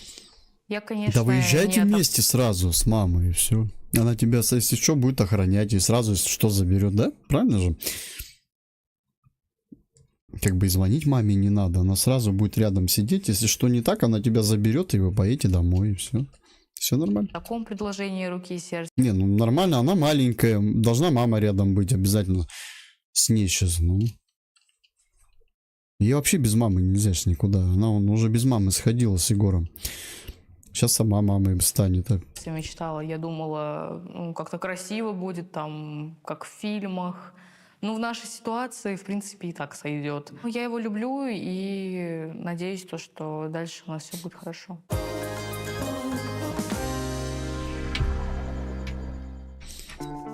Я верю, что Егор все осознал и настроен серьезно, раз сделал мне предложение. Конечно, он Я там в игре снова настроен переезжаю к серьезно. Дай ему пройти уровень. Я так соскучилась. Ну что? Чего ты? Поговори со мной. Да, я допишу по работе, и все, я поговорю с тобой. С кем ты общаешься? По Что ты- работе. Тебе сказали, что ты можешь иметь детей, но сейчас это очень Ну, что не маленький, 3%. Ну, просто Они сказали только эко. Они так сказали. я из-за тебя с мамой поссорилась, уехала. Только если А ты через вот эко. так себя ведешь. Все, не В его случае только через эко, типа, Я это вижу могут женское имя, забеременеть. вижу какие-то смайлики. По какой работе он там вообще общается? Я не верю в это. Привет, моя дорогая. Что случилось? А мы женимся. Обалдеть. У ребенка должен быть отец. Я взял на себя эту ответственность. Теперь мы будем вместе. Да, мам, давай денег. Да. Мы женимся. Маман, давай денег. Ты моя маленькая. Ты мой хороший. Я верю, что Егор исправится. Он хороший мальчик. Ну, чуть-чуть его занесло. Все это исправится. И меня... Как там песня-то? И меня понесло. О, нет. Я только Есть обрадовалась, такая то, что Егор принял меня, принял ребенка. И вот тут вот эта переписка. Я очень надеюсь, то, что... Перед тем, как принять тебя, он что-то еще принял. Потому что... Ладно, Это Лилаш. интрижка какая-то была до нашего с ним примирения. Ночью я так и не смогла уснуть из-за переписки. Утром Егор Почему? ушел на работу. Чем вообще малолетки могут привлекать, вообще не понимаю. Я просто вспомнил вот себя даже в 25 лет. Я на 20-летних вообще смотреть не мог. На 18-летних. Что думаю, ё-моё. Она вот только сопли подтирала недавно. Не, ну я понимаю, там тебе, допустим, лет 30, ей 25, да, ну 5 лет разница такие хотя бы, да, такая разница. Ну не 20 и ей 15, ну да даже 25 и ей 20, ты вообще херня, я говорю. Вот когда, допустим, тебе там лет 30, ей 25, вот это да, уже соотношение поинтереснее, там уже и девчонка нормальная будет. А не вот эти, которые и еще это, пытаются булки свои показывать, по улице ходить. А меня мучает желание разузнать о таинственной девушке у его мамы. У нас с тобой сегодня субботник прям. Да. Слушайте, Квартиру отдраили, подъезд теперь драить будем.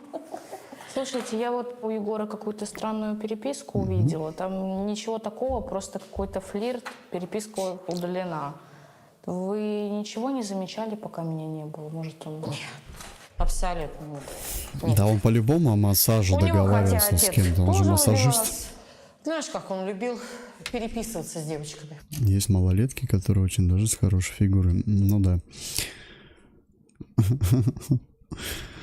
Я тебя удивлю, они когда рождаются, некоторые, они, ну, у них тоже фигура нормальная. Не спал, ничего. Вот просто переписывался с девочками. Я как-то к этому уж... Тогда уж все, можно оттуда начать. Там пока фигура не испорчена. Если чего-то, а ты знаешь, что я бы сразу сказала. Не-не-не, даже не переживай. Хочется верить словам тети Марины. Но бездействовать я не собираюсь. Нам надо быстрее расписаться. Тут как бы дело Тогда такое, у Егора будет кольцо вот, на пальце, и девки развлеклись. перестанут на него А что дальше вешаться. потом с ней делать? Мне нужно получить согласие на брак от своей мамы. Ну что, выгнал он тебя? Почему? Мы, наоборот, хотим расписаться. Нужно твое согласие. Нет, я согласия не дам. Парень у тебя не очень хороший. Ну, мам, ну ты его совсем не знаешь. Вот именно, его нужно сначала узнать. Тогда я папе сейчас позвоню. А, папа-то знает вообще? Вот сейчас узнает. Да, Юльчик, привет. Я вот тут с мальчиком встречаюсь, и я беременна от него. Ты скоро станешь дедушкой. Вот это да, это случилось. Рад, конечно, за тебя. Вот, финансово помогу обязательно, не переживай. Это, я Мы так с ним понимаю, хотим этот расписаться, отчим. и нужно согласие одного из родителей. Я вот к маме пришла, Или а это она родной отказывается. отец? Почему? Надо поддержать молодых. Ну что это за дело? Ребенок и не в браке, это такое дело. Если надо, я письменное согласие пришлю. То есть, если мама не готова... Одно дело смотреть, а другое дело начать заниматься любовью. С кем, блядь? С монитором. Я пришлю. А ты сможешь приехать, если что? Я просто не могу понять тебя. Тебе тоже малолетки нравятся, что ли? Не, ну нравится, я разве против. Да, свое мнение высказал просто. Тут как бы дело-то не Давай, только в фигуре, а пока-пока. еще тут что в башке. Ох, вот. Лиса, руки мне выкручиваешь. Хорошо, я тебе дам Фигура. согласие. Но только нужно с Егором Люди, мне понимаешь, пообщаться. любят не из-за фигуры, а из-за, наверное, внутреннего мира нет. Это родной отец. Ну ладно, спасибо. Что-то я так и не понял, кто это, просто прослушал. Отношения идут, как бы встречают, может, по фигуре, да, как бы по внешке, а жизнь-то идет-то не за фигуры только. А если в башке ни хера нету, что толку от этой фигуры? Проститутку он снял, и все, что там тоже фигура, по сути. И тратиться много не надо, как... Хорошо то, что Не, в моей ну если команде так вот папа. рассуждать о фигурах Мы только. маму сейчас просто сделали. Я очень злюсь. Он не знает Егора. Юля ему не рассказала про вот эти вот все качели, которые у них происходят, что он не принимает ребенка. Я согласилась на эту авантюру, потому что они мне выкрутили руки. Мама не подвела. В назначенный день пришла в МФЦ и дала свое письменное разрешение на брак. Так как я беременна, заявление обещали рассмотреть оперативно. Осталось решить, как мы будем праздновать свадьбу. Егор, а сколько ты зарабатываешь? Это пахан её. как? То есть, ну, в сезон может 90 выйти, не в сезон, там и 30 легко может выйти. А на что вы свадьбу играть будете? Найдем на что, ну... 90 Не и будет, конечно, 30. каких-то пышных торжеств, ну... 90 свадьба рублей будет. 30 А копеек? ты у Юли спросил, что она хочет? Ну, я бы хотела Блядь, белое я платье, сказанул. роспись на спасите. Белое платье, роспись Москва Сити будет, фотограф будет. Все нормально. А ребенку ты уже 90. что-нибудь купил? Так а что ему сейчас надо? Он сейчас... Что ему сейчас надо вообще? Пускай он Маугли, он нормально, чё, в чем родился, в том и бегает. И на ногах ездит. Отдыхает. А ты знаешь, сколько это дорого стоит? Пеленки, распашонки. Значит, буду больше работать. А где вы жить будете после рождения ребенка? Вы уже об этом думали? Ну, после рождения не знаю, но это до этого еще далеко. Ну, сейчас, наверное, в Орехово будем жить. Юля, а ты? А не в Горохово? Ты решила уже в В Ки- Орехово жить? Не в Кипель Горохов. Ну да. Давай мне документы, я пошла домой, раз ты так решила. Мама сейчас достаточно справедливо наезжает на Егора. Да они даже смотрятся. как старший брат и сестра младшая. Вообще, вот честно. Даже не, вообще как пара на них не посмотришь. Как на пару. Задают все эти вопросы, ведь мы действительно Ну, даже так не обсуждали, где мы подобрали будем просто жить в дальнейшем, актеров, наверное, на таких, что да? воспитывать ребенка, как свадьбу отмечать. О, ты, кстати, смотри, вот ты так программу эту прям рассуждаешь. Как думаешь, вот это сказка все или здесь что-то реальное есть? На Твиче там пишет человек. Сейчас послушаем, что он напишет. Че? Еганутый тип? Просто мы вот буквально минут 30 назад или 40 пытались выяснить вообще. Ну, нам же надо понять, что мы смотрим. Отличное настроение. Все Ну, тут скандалы половина позади. фильма, я так понял. Начинается самое классное время. Предсвадебные хлопоты. Половина кино. собираешься? У тебя же сегодня выходной. У меня сегодня подготовительные курсы для поступления. Ну какие курсы? Я думала, мы сегодня с тобой сходим, посмотрим костюмчики Курсы свадебные, анонимных повыбираем. пап. Платьишко мне там, тебе костюмчик. Надо же на росписи красивыми быть. Ну, тебе выберем обязательно, Юль.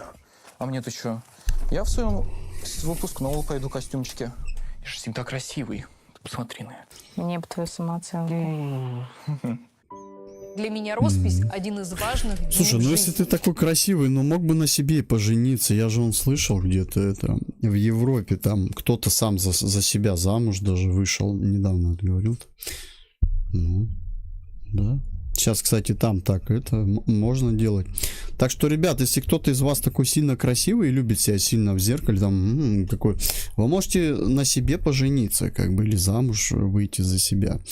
Вот в Европе там можно так. Так что смотрите. И я собираюсь выглядеть на все 100. Егор дал деньги на платье. Я попросила сестру. Добро пожаловать в китайский киберпанк. Аниме, пап. Да, да. Не хочу пропать этот шанс. Иди, таблетку еще одну выпей. Трус! Ты слабый!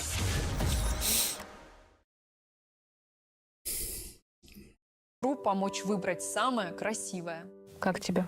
Это платье-то красивое. А то, что он до этого тебя вот чуть ли не с грязью смешивал, У них животы реальные, так что я уверен, здесь есть доля правды. Животы только, да? это вот нормально. Главное, что у нас общий ребенок, и Егорка предложение сделал. Но он извини. Ну, я почитал, я понял, они подбирают девушек, допустим, которые беременны. Где они, правда, их находят, я не знаю, может, они в роддом идут. Дайте список, мы посмотрим, кто забеременел, у кого живот. И потом просят их, допустим, сыграть роль. Ну, вот и все. Вроде так я как эту тему понял.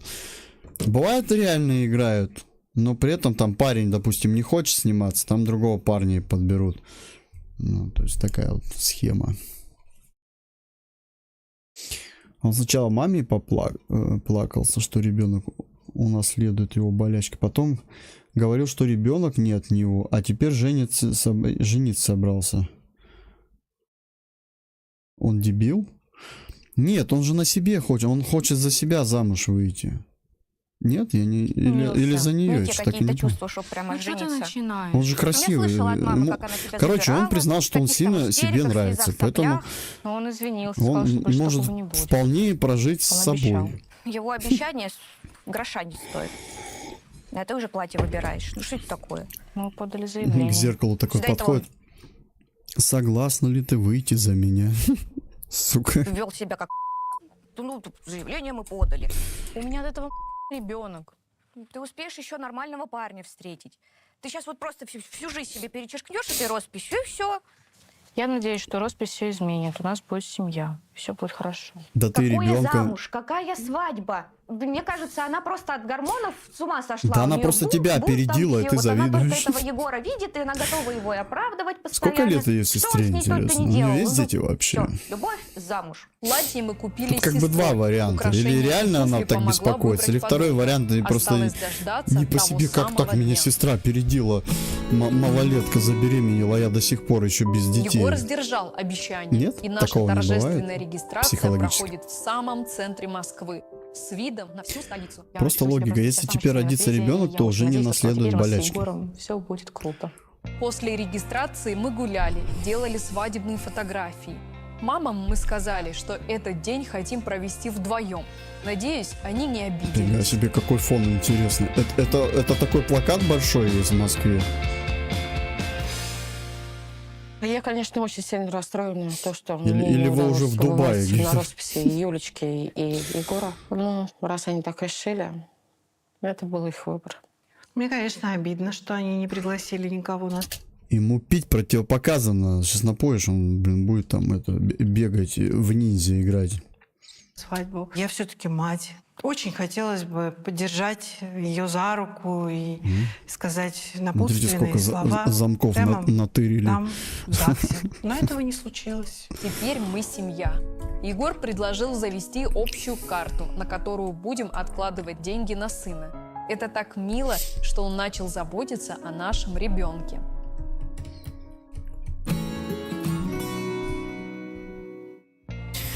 После свадьбы я Пацана чувствую, просто, что когда наши ему сказали, отношения что он не становятся может крепче. иметь детей, он уже все, он думал, все, я буду в Тарков теперь играть. Вот. До семидесятничка качаться всю жизнь. А тут бац, блядь, залетело. Да ё-моё, блин, как я теперь буду качаться-то вообще? Егор впервые идет со мной на Он уже скрининг. расслабился Сегодня вообще. мы узнаем пол нашего ребенка. Вот, посмотрите, какой Хотя в его случае, если реально, вот ему надо прям... мальчик, да? Он И вообще это было должен вообще. радоваться, что у него Ну. потомство будет, если у него реально такие проблемы. Это, ему, это, наверное, один шанс, там, я не знаю, скольки Вы рады, дается. что мальчик? Что у него там в ухе, блин? А вот, Чеку, вот что ли, себе ноздри. поставил? Плод в головном предлежании. Количество околоплодных вод в норме. Кровотоки все в пределах гестационной нормы. Беременность развивается нормально. Я очень хотела мальчика, и когда я слышу то, что Так вот, мальчик с тобой рядом, тебе что, мало его, что ли? у меня будет сын, это просто не Хотела описать мальчика, словами. получила мальчика. Я очень рада. Ну, красавец, прям красавец. Ну, тупо ты. Ха-ха-ха. Я очень сильно хотел мальчика, потому что с девочкой... В смысле, ты же девочку вот хотел, сейчас мальчика уже хочешь. То сам собой, то себя сильно любит. Я уже подумал на себе поженить. Сейчас он пацанов хочет. Какой-то тип непонятный вообще. Неопределенный. Я смотрю, в Москве в порядке вещей в 16 свадьбу играть, а в школе с кольцами сидеть. Не знаю, про Москву ничего не скажу. Нет, это в программе здесь все нормально. Причем тут Москва? Это Юля из Москвы просто. Снимается в программе «Не беременни в 16», как бы на канале. И... Блять, я все не могу понять, что это за знак. Что это такое вообще? Что это за крестик с ноликом? Плюсик с ноликом, короче. Больше каких-то проблем. С мальчиком, я думаю, найду общий язык. Ну что, может, сходим, отметим нашего мальчика? Это лишь бы побухать. Завязывай уже, мальчика. В смысле, подожди, отметим. А ты что, родила, что ли, уже? Какой отметим-то? Сейчас алкаш родится какой-нибудь. Завязывайте с этим делом. Я бы с радостью говорю, ну, подготовительные курсы никто не отменял. Мне еще на работу нужно заскочить. Давай попозже. Дайте ему нагуляться с девчонками, что ты мешаешь? Бесит, что даже Потом в такой придет. день Егор Да? прется на свою драгоценную работу. В честь чего это все? Если ты болеешь какой-то фигней опасной, лучше не заводить детей. Согласен. У меня будет сын. Но у него, кстати, болезнь с кровью связана была. Это, кстати, опасная херня. Поэтому да. В его случае лучше вообще не заводить. Твой ты сын-то хоть? Ну, опять начинается, опять.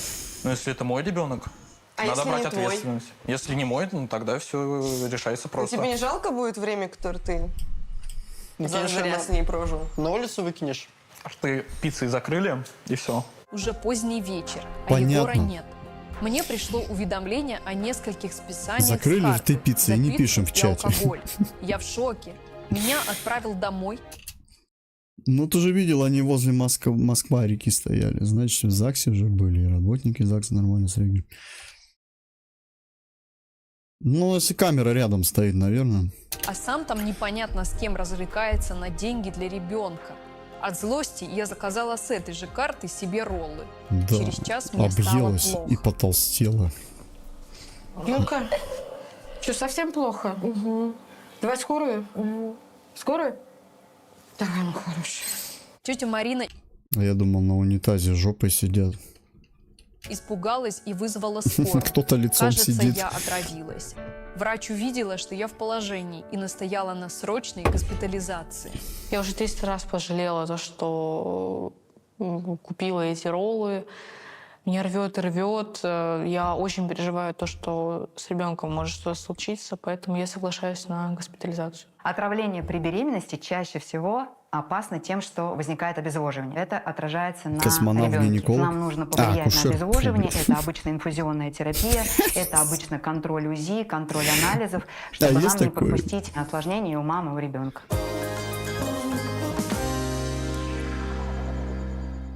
В больнице мне поставили капельницу. Я остаюсь под наблюдением врачей. Не знаю, вернулся ли Егор домой после гулянки. Братан, я вообще пор про мне Москву не ничего не перезвонил. знаю. Что это за Я в страна? больнице лежу, я очень сильно отравилась, меня рвало очень долго. Дочурочка, ты как вообще себя Что за Москва вообще? Откуда? Что это вообще? Я так. Егор где? Я в Сибири живу. Я У не меня знаю, он вот игнорит меня, Новосибирск не читает главный для меня. Все. Егор вышел на связь только после обеда. Можешь мне, пожалуйста, объяснить, что это за списание на огромную сумму? Ты там что, арабу кормил? Алканавт-гинеколог? Я с товарищами, А, что прикольно. А ну-ка дай посмотрю, что там, да? Фига себе. У меня же сын будет как-никак. А со мной не отмечается? Ну извини, пожалуйста, с тобой я тоже отмечу. Что, ты приедешь ко мне в больницу-то? Можете с больницы обратиться, пожалуйста? Мне эта вся больничная тема вообще не прикалывает. Я и так все детство провел в больнице. Ладно. Я третий день в больнице. Меня навещают моя мама, мама Егора, сестра. Все, кроме моего мужа. Ну что, от Юльки?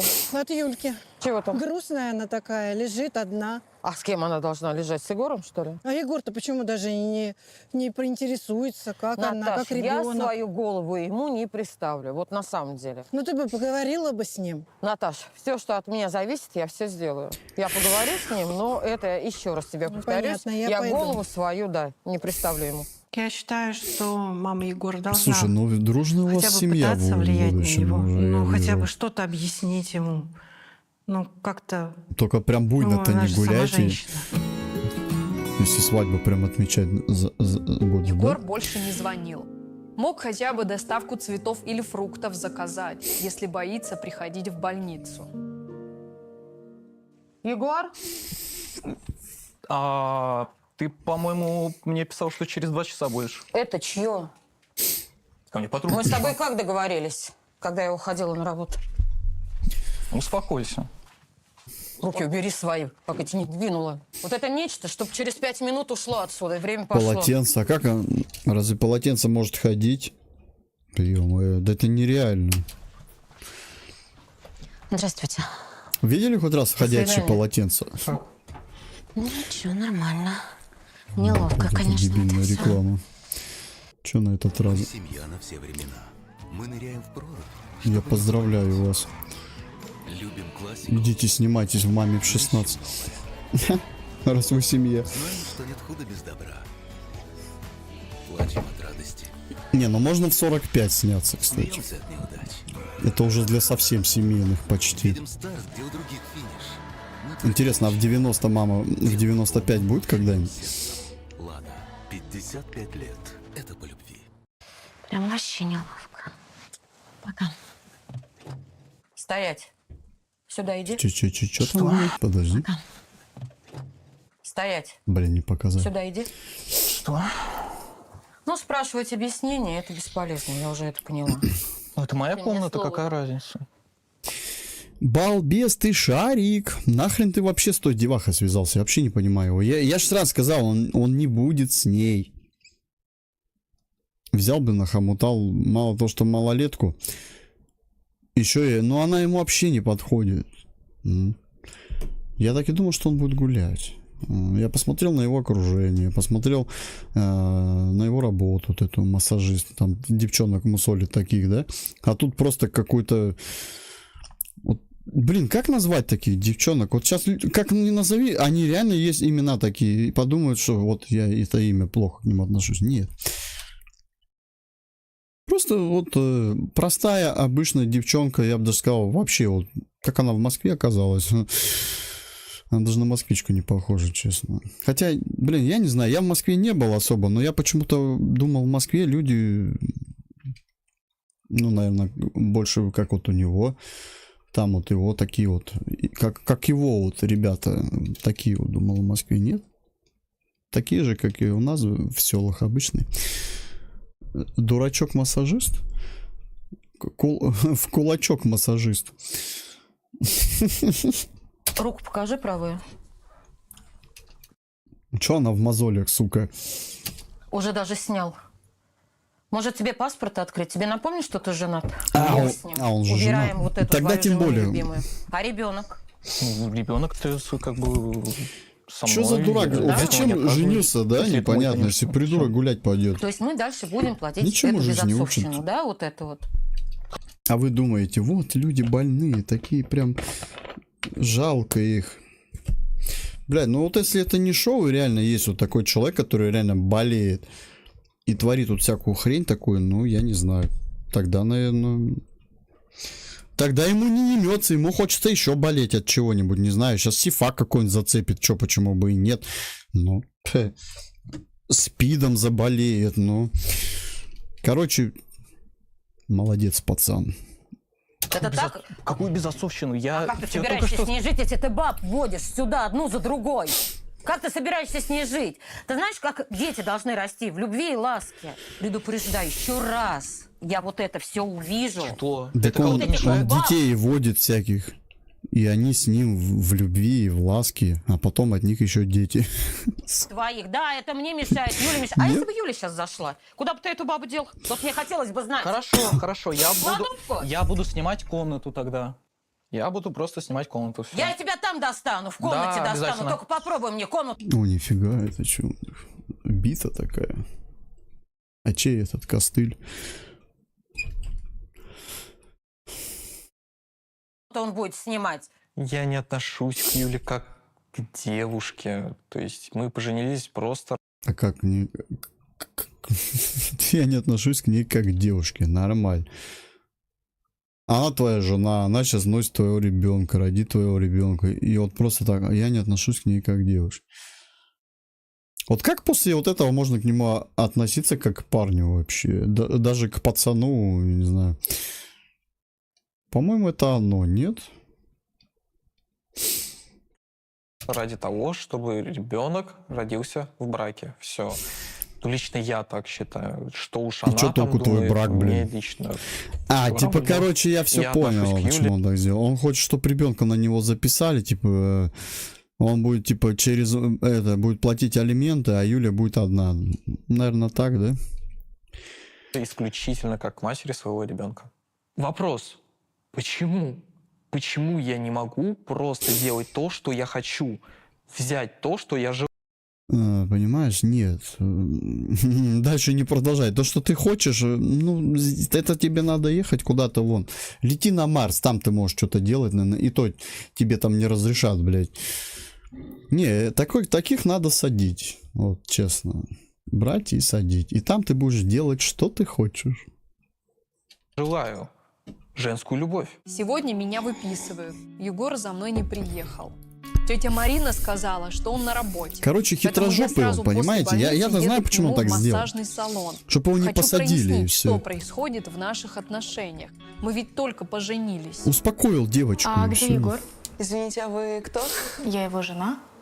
А Егор с ребятами в бар вроде бы собирались. Ну, здесь недалеко, буквально 2 дома. Ну, в баре. Ну, сейчас посмотрим. Это не тебя. Что ты здесь делаешь? Почему ты сидишь в каком-то баре с какой-то тёлкой? Почему ты меня не встретил с больницы? Почему ты меня не забрал? Что происходит, Егор? А это кто? Юля, я ее в первый раз вижу. Просто мы В встретились. смысле ты меня поговорили. в первый раз видишь? Ничего, что мы с тобой уже 2 недели общаемся. Ну, Прикинь бы, картина заходит она к нему, а он это занимается с ней, ну, тем же, что и с ней, когда детей делал. Такой поворачивается. Юль, понимаешь, я вот... Нет, не вот так. Юль, ну, понимаешь, я вот ее в первый раз вижу вообще. Я вот лежал, перевернулся и не понял, кто это вообще. Я ей говорю это. Слышь, ты не ошиблась адресом? Ну, слушай, нормальная бы отмазка, да, была, я думаю. Юля бы поверила, как думаешь? Это не костыль, это воспитатель. Раз у него все через заднее место, то засовывать ему туда и за ручку крутить. Капец, я добрый. Так они сейчас будут с ним это в тройничок устроить, только они вдвоем будут, наоборот, и ему что-нибудь делать. Сами разбирайтесь. Пожалуйста. Что, пожалуйста? Успокойся. Что успокойся? Видеть тебя не хочу. Козел. Жить с тобой не хочу просто. Козел. Я ненавижу Егора просто. Я не понимаю, что у этого человека в башке. Как можно общаться из какой-то непонятной бабой и при этом пытаться со мной построить семью. Бедный пацан, играет роль такую. Я бы не пошел бы на такую роль. Не, ну если реально это как актер. Мы-то на него смотрим как на персонажа прям. Это может и не тот Егор. Тот Егор, может, там вообще какой-нибудь, блядь. Ты сразу не понял, да, видно, раскильдяй какой-то, ну. А тут вроде смотришь, да хрен его знает, да? Все хотят от него ребенка. Может, все хотят его ребенка, то есть его-ребенка. Но он же как ребенок. Он просто большой, высокий ребенок. Ну, поэтому и нравится, наверное, всем, да?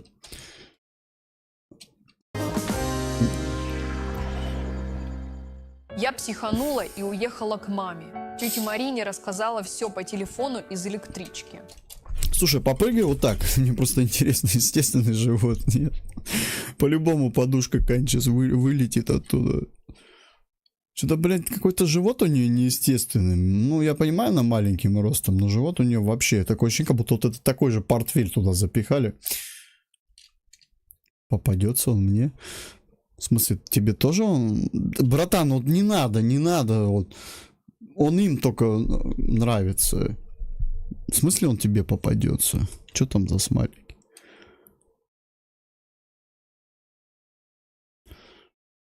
Ты что там, драться собрался, что ли? С Егором, что ли, драться? За нее? Так он ее и так отпустил. Что мне он Игорь писал тоже. Девчонка понравилась ему. Ну. Блин, надо ему, кстати, сейчас на телегу написать, сказать, она освободилась, забирай. Теперь будем делать. Я не знаю, я запуталась. Развод, не развод. Конечно, развод. Только нужно сначала проконсультироваться с юристами.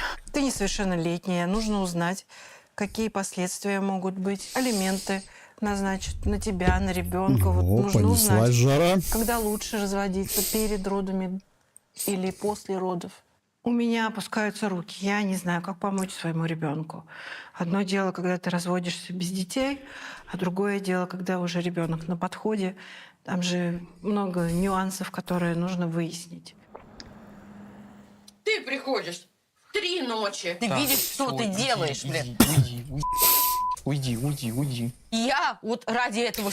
У меня вот один вопрос. Если у Егора такая хорошая зарплата, 90 там... А, для Москвы-то это херня, а не зарплата, по сути, да, 90? Это аванс, наверное, там должен такой быть. Бля, возьми ты, сними квартиру отдельно. Че ты с мамой-то живешь постоянно? Ну, если ты такой самостоятельный, взрослый пацан уже. Ну и все. А то приходишь, они тебе будут мозги постоянно пилить. Ну, принял ты такое решение уже. Все. Я только вот единственное не могу понять, нахрена он женился-то на ней? Только ребенка... Нет, скорее всего, за того, чтобы его не посадили, наверное. Хитрожопенький. Нет, она страшная, он дебил на роли, только агрессию вызывает. Сына, я все, ты понимаешь? Я с того света тебя вытащила. С того света тебя вытащила. Да лучше б не вытаскивала. Да лучше б... В смысле, экзорцизм где-то провела, что ли, он вылез? Ну, ё-моё. Вот что бывает, когда они вылазят. И вытаскивал, да, это тебе, а для меня ты все. Понимаешь, для меня ты жизнь. Я не понимаю, почему ты это все делаешь. Вот почему ты делаешь с этим ребенком. Вот это я не понимаю, почему ты это все делаешь, а? Ненавижу этих кобелей. И мой сын туда же. Так обидно. Ну да, в папу, наверное, Неделю папин я живу сын. у мамы. Значит. Егор даже не пытается со мной помириться, а значит, его девки для него важнее. Да вернется 100 пудов. Давай Нет, они договоримся просто- так, что Юльку мы расстраивать не будем. Представляешь, как я сейчас тяжело? Как бы так Она сказать беременная. мягко. Ну, ты должен поддержать ее.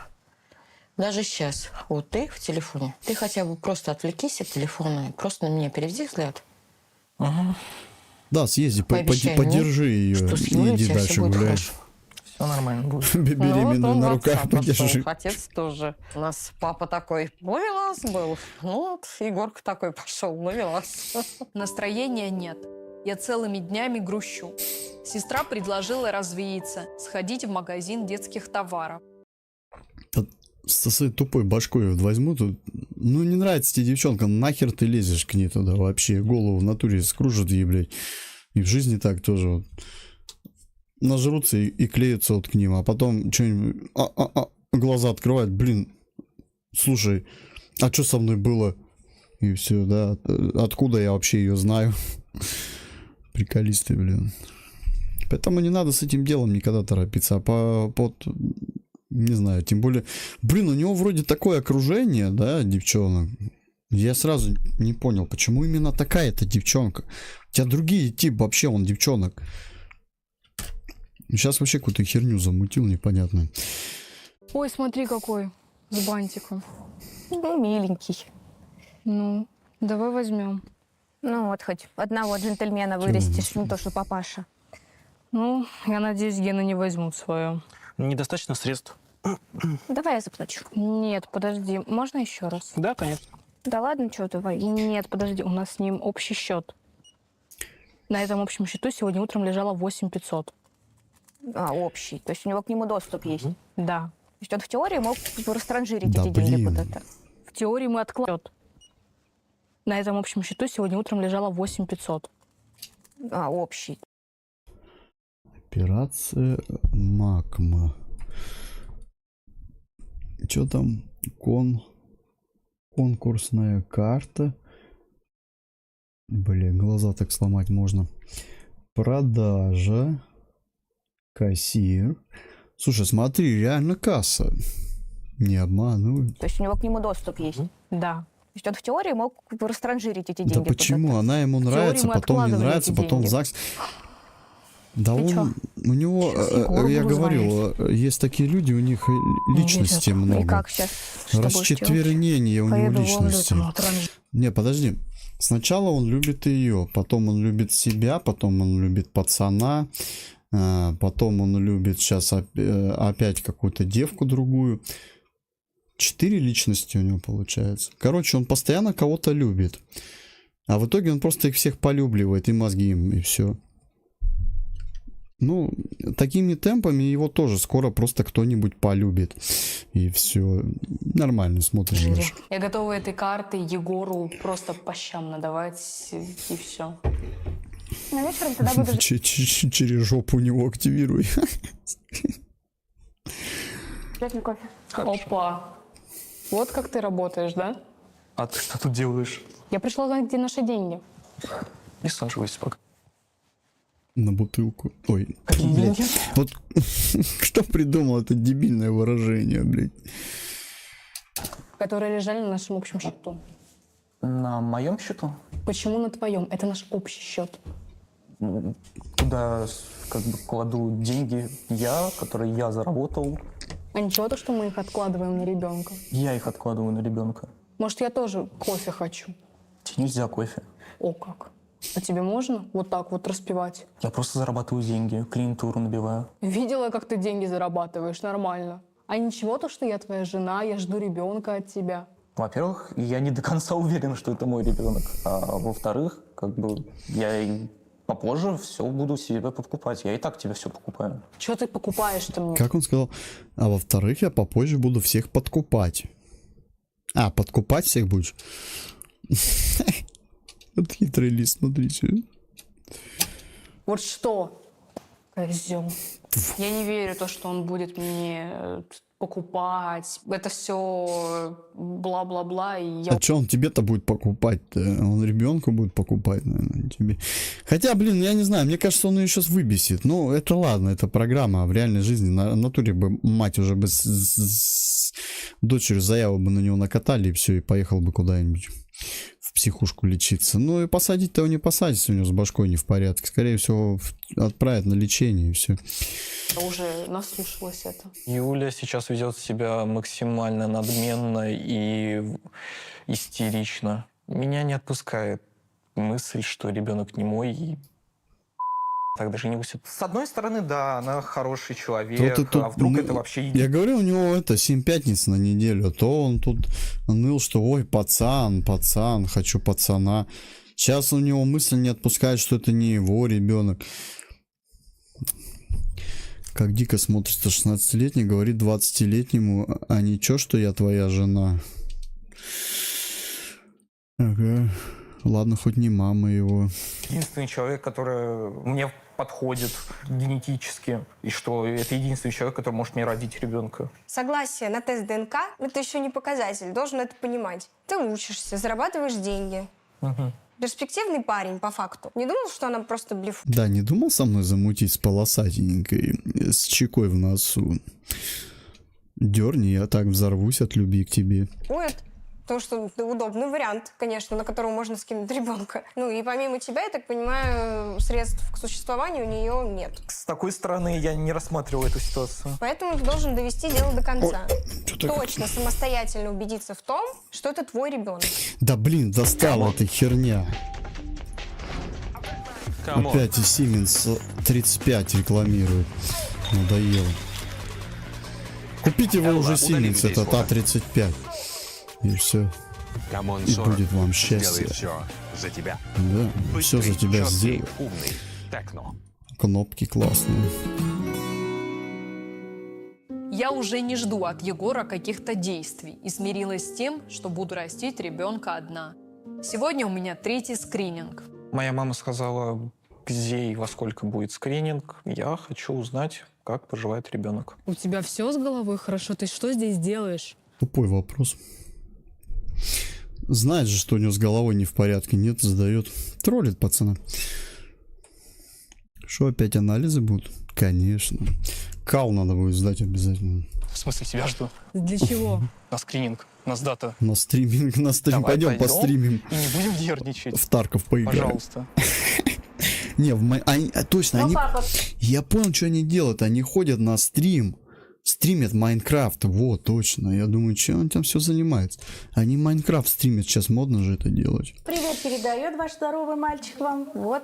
Здорово, маманька. Я скоро вылезу. Егор бесконечно косячит, и я не понимаю, зачем он лезет, что он хочет, там еще, зачем знаешь, он вообще... прикид такой у ребенка. Сейчас, подожди. Примерно прикинь. Сейчас. Здорово, мамочка. Блять. Блять, прикинь, в камеры. В мониторе такой вид, блять. Вот там врачиха бы так охренела бы вообще. Вообще пришел. Я не знаю, кого он трогал этими руками. И... В смысле, кого? Я не буду говорить. Если он себя так сильно любит в зеркале, я бы сказал, ну, это будет пошло сильно. Ты решил сейчас поиграть в заботливого мужа и папашу? А с бабами другими? Тебе нормально общаться? Юль, давай не начинать. Мы это вроде уже обсуждали. Мы это никак не обсуждали. Все, пошли. Люди иногда просто хотят общаться. Понимаешь? Чпокаться. Люди, может, захотят общаться, но так как ты Они хотят иногда чпокаться с малолетками всякими. Возможно, есть причины. Понимаешь? Причины, которые я тебе не хочу сейчас говорить. Причина? Какая причина? Может, у тебя там кто-то еще беременный? Первая причина — это ложь. Как там песня-то? Сейчас. Блять, как же... Я знаю, какие там причины.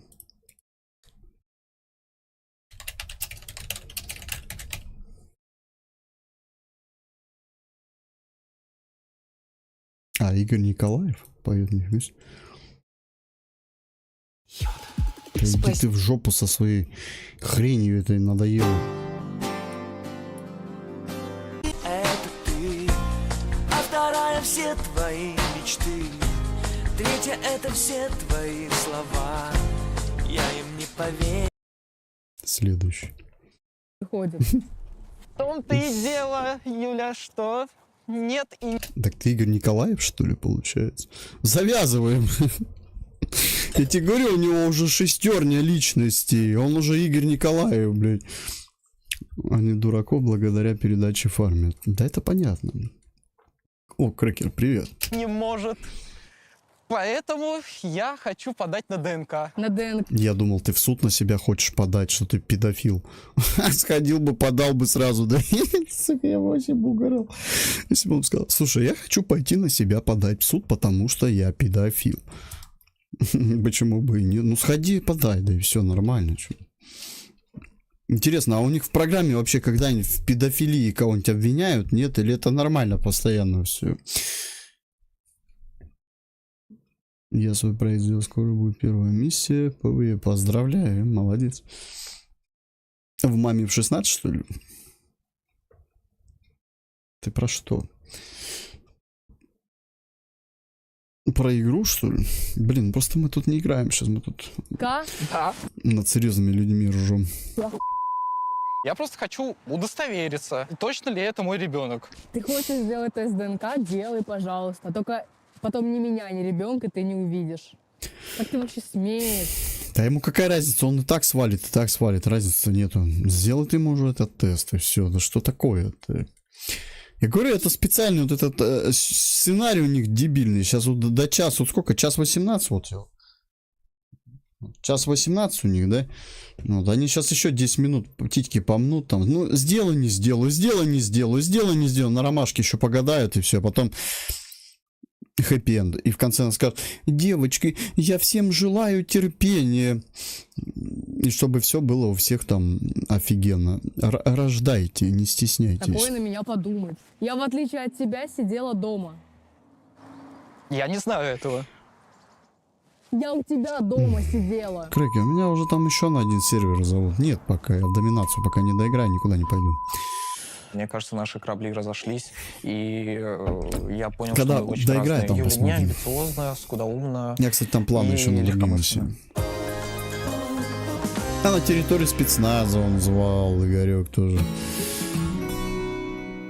Ссылку оставить. Я окончательно разочаровалась в Егоре. Сначала он встречался с какими-то бабами, пока я лежала в Так больнице. что поэтому... Сейчас снова обвиняет меня в неверности, требуя ДНК-тест. Пока доминацию играет Хотя свою. не ему мне говорить об изменах. Я устала Приходите ко мне, терпеть и присоединяйтесь иду к ко мне, юристу если хотите. консультироваться по поводу развода. Развестись для того, чтобы отец не был записан в свидетельство о рождении, не получится. Если 300 дней, там, условно, с момента даже расторжения брака ребенок рождается, то его автоматически будут записывать в свидетельство о рождении. Отец ребенка, он несовершеннолетний Да тоже? юристы Нет, типа? Совершеннолетний. Он работает? Ну, как бы она вроде и есть, а вроде ее и нет. Я не уверена, что он будет вообще платить алименты. Обычно у нас взыскивается определенный процент от официального дохода. Если его нет, обычно устанавливается твердая денежная сумма прожиточного минимума на одного ребенка. То есть это не совсем большие суммы. Отец ребенка не до конца уверен вообще, то, что это его ребенок. Мы будем делать тест ДНК. Насколько этот процесс может оттянуть получение каких-то... Да, заходи, выплат. конечно. В данном случае Завтра будет нормально. юридического значения Завтра можешь приходить. результаты теста ДНК иметь не будут. Где-то Он я ваш запущу супруг. И у в нас обед. А, ну я ролик сделаю. отцовство Надо ролик супруга. сделать. Соответственно, факт того, что он является вашим супругом, автоматически делает его отцом вашего ребенка. Пойдем. Ну, может быть, еще попробовать как-нибудь с ним поговорить так. Короче, он хитрожопый. Он с ней брак зарегистрировал, все. Так что все остальное не канает, наверное, походу, да? Не получится ничего. По-человечески. С Егором по-человечески. Ну, может, чуть поймет. Егор может только обещать. Раз юрист сказал, что Егор будет записан отцом ребенка в любом случае, я решила, что фиктивный брак мне не нужен. И назначила встречу. Да дайте ему поесть нормально. Чего вы аппетит перебиваете, пацану? Да? Какие дети вообще? Вы о чем? Дайте пока похавать. Егору, чтобы обсудить развод. Я тут на развод думаю подать. Так он тебя и так развел. Куда тебе еще-то на развод подавать? Даже и не пришлось, он тебя и так развел, как дурочку. А, ну хотя нет, подожди, ты еще алименты с него точно. Кстати, ты сейчас тоже он на алименты разведешь. На 3000 в месяц. Хотя нет, смотря с какая у него белая зарплата. Или я ж не знаю, как откуда-то и берут вот эти. Откуда-то же берут, да, процент. Раньше по белой зарплате смотрели. У него, может, 2000 белая, 88 черная. А зачем? Может. Хотя бы ДНК-теста дождемся. А что ждать? Ты мне изменяешь. Ты меня не любишь. Брак это для чего? ДНК-тест можно и после развода. Я буду ждать ДНК-теста. Это раз. Во-вторых, ребенок не должен родиться не в браке. Это два. Ну а в-третьих, я тебе никогда не говорю, что я люблю тебя как женщину. Я люблю тебя как человека. Я всегда тебе говорю, что люблю тебя как личность. Так а чё ж ты спишь-то с ней? А, ну короче, он с ней спал как с человеком, как с личностью. Понятно, как можно делать. Не обязательно там нравится тебе девчонка, не нравится. Ты можешь с ней переспать как с человеком, как с личностью.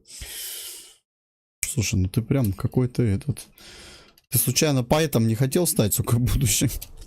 А для чего тогда вот это все? Зачем ты приезжал тогда? Извинялся передо мной, перед Прям моей мамой. Шекспир Для чего на этот лавочке брак сидит. вообще? Чтобы ребенок родился в браке. Ты знаешь, зачем вообще люди женятся? Когда они хотят создать семью. Когда они любят друг друга. Ну, любим друг друга, но не как мужчина с женщиной. А для чего брак тогда? Давай разведемся, дай мне денег на пошлину. Не-не-не, я ничего давать не буду, я ничего денег. никакие согласия не буду писать.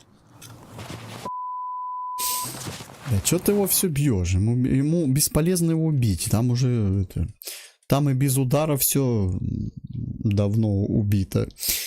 Квест на беременность. Сделай для него квест и все, квест на беременность. Для кого? Человек на ютубе пишет по поводу армы. Ну, нормальный тип. Да? Крекер, нормальный пацан. Зачем ему вот это? Ну, зашел. Главное, не написал ничего. О, что за программа? Такая программа, такой контент, рубрика. Ну, как, чисто поугарать, поржать, пообщаться. Чисто как говорим и смотрим. Ну, молодец. Просто пришел, сказал, я сервер свой создал, и все. Единственная Молодец. эмоция, которая у меня сейчас внутри, это ненависть. Я просто ненавижу его. А Юля развод хочет? Я не даю развод. Ты хочешь ребенка видеть? Сейчас все на подвешенном состоянии, понимаешь? Подвешенном? Да, если это мой ребенок, естественно, я... Хорошо. Вы что ему в кровь кололи? Вы где его лечили вообще? По-моему, вирус ему попался. Он в зомби превращается. Надо антидот где-то искать, стопудово. Мы выходим на ДНК. Если это твой ребенок, что ты ему дашь? Всё, Ответь. что в моих силах. А что в твоих силах? Фу, блядь, что я Нет сказал? в твоих силах. Мама. Будь заботься о твоем ребенке. В общем, решайте сами. Я вынесу Блядь, своему неужели буду. в жизни дебилы такие? Это ваши дела. Все. Их и так жизнь проучила, им все равно похер. Вот представь, это ему и так не... Вот как он говорит, у него со здоровьем все печально. Его и так жизнь наказала за что-то, по идее. Так он еще хочет, чтобы она его еще сильнее наказала, придурка. Егор сказал, что вы разводитесь? Ну да. Мало того, что он изменяет, он вообще денег никаких не дает на ребенка. Зачем тогда вот это? Юль, давай вот так. Сколько я за замужем была уже? Давай дров не ломай, как я. Не делай ошибки вот такие. Ну, ты еще молодая. Вот молодая, понимаешь? А, в смысле, не рожай, да? Верни обратно ему то, что он в тебе оставил, и живи дальше, не мучайся. Или про Ты что? делаешь сейчас... И он делает ошибки. Я за него не заступаюсь. Абсолютно не заступаюсь. Абсолютно. А сейчас вы наделаете ошибок. Дайте друг другу шанс. Дайте еще друг другу, короче. Мало надавали, еще дайте друг другу. И все получится. Попробуйте хотя бы. Нет, тетя Марин, я решила, я не хочу быть с ним. Он показал уже свое отношение. Дали они уже когда-то друг другу, дали, все. Это тебе от меня. Хочешь, Нет, бери, О, коррупция начинается. Так. Слушай, ну у нее уже, кстати, есть это. Смотри. Фишка.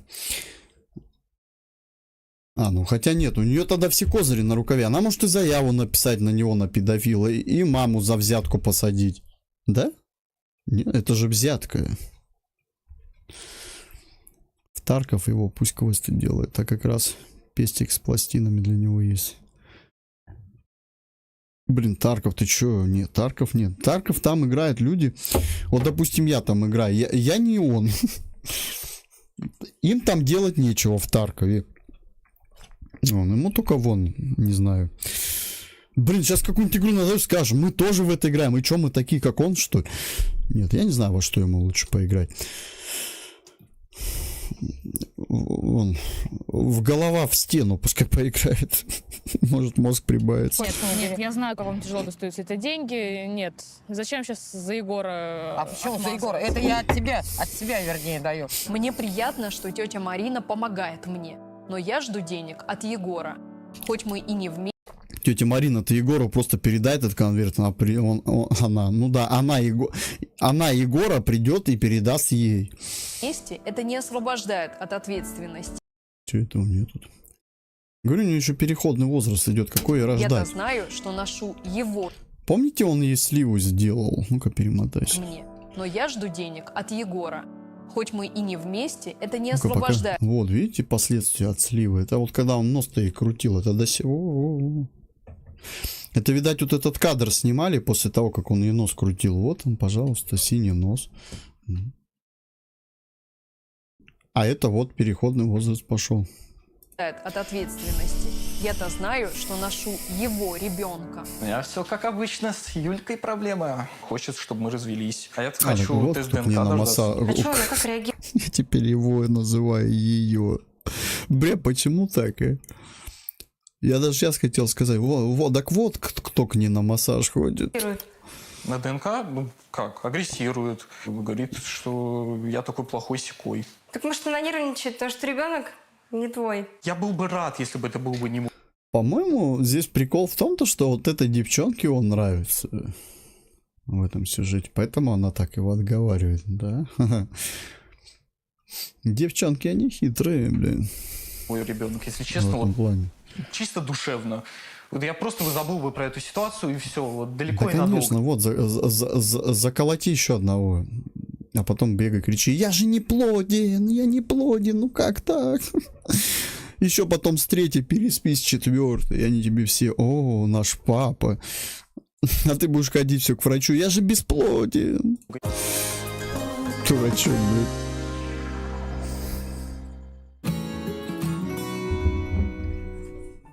До родов меньше месяца. Сегодня вечером закружилась голова, стало темнеть в глазах. Кажется, вот-вот и я упаду в обморок. Мама вызвала скорого. Меня госпитализировали в больницу, у меня повышенное давление. Мне сказали, что это опасно и для меня, и для ребенка, поэтому сказали то, что надо родить до 38-й недели. Неделю я нахожусь в роддоме. Схваток еще не было. Врачи решили стимулировать роды. Мама тут же примчалась в больницу. В 10 утра за мной пришел врач и Так, отвел всё, меня я пошел в родовой пока. блок. Там Увидимся мне завтра. прокололи пузырь, и мы ждали 4 часа. Схватки, я даже не знаю, как описать эту боль. Было ощущение, то, что мне просто нож в живот. спалился.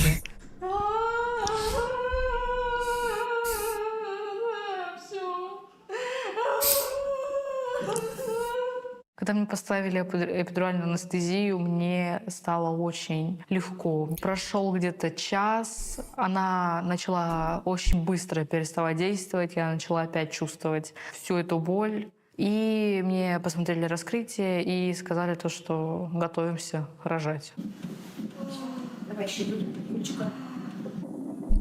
Нифига там тетеньки. Большие такие.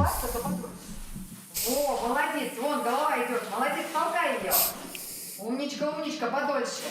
Родила я достаточно быстро, где-то за 40 минут, О, за там и час, мужик есть, но нифига себе. это время мне казалось просто вечным. Это не передать просто словами эти ощущения, эту боль, но в момент, чё ей когда жопу ребенок чешут? родился, мне его положили. Дураки всем нравится, ими просто манипулировать сразу резко легче. все забылось. Я В смысле, была она очень дурак, счастлива, получается? что я смогла. Когда я увидела ребенка, Да, меня он ей первое, что манипулирует, удивило, значит, то, она что дурак. Он, как и я в детстве, он блондин. Я очень этому обрадовалась. Он Где лежит он на блондин? мне, Он еще не помылся. первоначально не заплакал, он просто кряхтел. Он вот такой серьезный весь уже.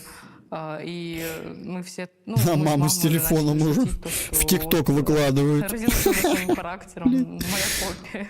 Милашечка такой маленький, такой носик, такой ротик, все наше, все любимое, все вот уже каждый... А ты что, мама думала, там будет это сосиска сплошная, блядь, без ротика, без всего. Так смешно. Пальчик каждый, ноготочек, это же прям счастье мое. Ладно, поздравляю Смело с берешь на рождением. ручки. Ну да. Ты уже привыкла, что ты мама? Конечно. Осознание пришло. Да. Что, это точно ребенок или это кукла? Ну-ка нажми на пузико. Вот, маленькая уже А на любовь? руках. Конечно. Песенка запоет. В больнице меня научили пеленать ребенка, как его мыть, как его одевать. Меня там научили медсестры всему. Несмотря на то, что малыш родился... Тоже, да, в программе детей таких маленьких показывают. Типа как, ну, некоторые же суеверные, допустим, там нельзя на маленьких детей смотреть. Ну, а здесь вот почему их тогда показывают, если их нельзя на них маленьких смотреть? Вот он маленький ребенок. Если это типа, как это шоу, ну это не все же шоу получается, да? Или это ребенка притащили им? Кто им дал тогда ребенка погонять? Или сейчас в аренду детей дают? На час, да? Слушай, можно я у тебя ребенка на часик возьму? Сколько час стоит? Да? Так делаю, не? Ей жопу чешет, а она кричит. Я думал, я туда ребенка. Да ей не жопу чешут, а поясницу. Почему жопу-то? Поясницу? У них же получается. Да я откуда знаю? Я вот вообще, вот, честно, не интересуюсь вот этим процессом, как бы. Это то же самое, как вот женщине, допустим, не интересно, что там в армии происходит, вот когда ты идешь туда служить. Так же тебе вот интересно там, что, как они рождают, что ли? Главное, чтобы ребенок был твой и чтобы он был здоров. Все. Ну и, конечно, чтобы с ней все в порядке было. Родился раньше срока, врачи сказали, что Стасик здоров, да и я себя чувствую прекрасно.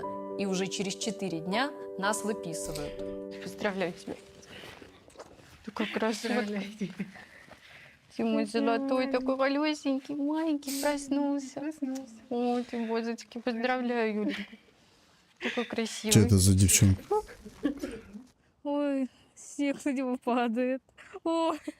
На выписке меня что-то встречает моя пропустил. мама и моя двоюродная сестра. А, это двоюродная Егора сестра. не было, я ему решила не говорить. Ты еще Егора не знакомила с ней? Мне кажется, у них бы получилось что-нибудь. О том, что меня выписывают. Егорка потому бы и что там поспел. Я не хотела портить себе праздник. Мои родные обустроили уголок малыша, пока я была в роддоме. В смысле, они что, его уже в угол поставили, когда он не успел родиться еще? Вот что за люди? Он маленький, еще нельзя его в угол ставить. Кто тут такой? Уже кушает, да? Уже кушайте, прогуляться. Ё-моё, что вы все любите эту чеку прицеплять? У него же не было ее, по-моему, в предыдущем кадре. Или я пропустил? С крестом еще. Дальше. Ты что, пока доехал? Не успел, уже все. Ну, конечно, надо перекусить. Отметиться на новом месте. Кроватку и коляску мне отдала двоюродная сестра. Мама купила вещи для ребенка. Благодаря папе у меня есть деньги на развод и на смесь. Тебя и так уже развели. конечно, я что ты- помогаю Юле. Ей больше Ты помочь еще за это некому. деньги платишь? Ну, что-то, конечно, нам отдали, что-то там подарили, но в основном-то все Капец, она народок была рябая. Сейчас лицо бед. Всю беременность я была в стрессе. Егор сомневался в моей верности, а сам мне изменял. Наконец, можно в этой истории поставить точку. Поэтому сегодня мы идем делать тест ДНК на отцовство. Ну, давай сюда. Зачем? Тебе тяжело. И что? Я переживаю, что тебе тяжело. А раньше что не переживал? Я всегда переживаю о вас с ребенком. Всегда? Да. Ты вообще понимаешь, что мы сейчас здесь из-за тебя? Ну, Сейчас прикинь картину. Давай сюда. Картину.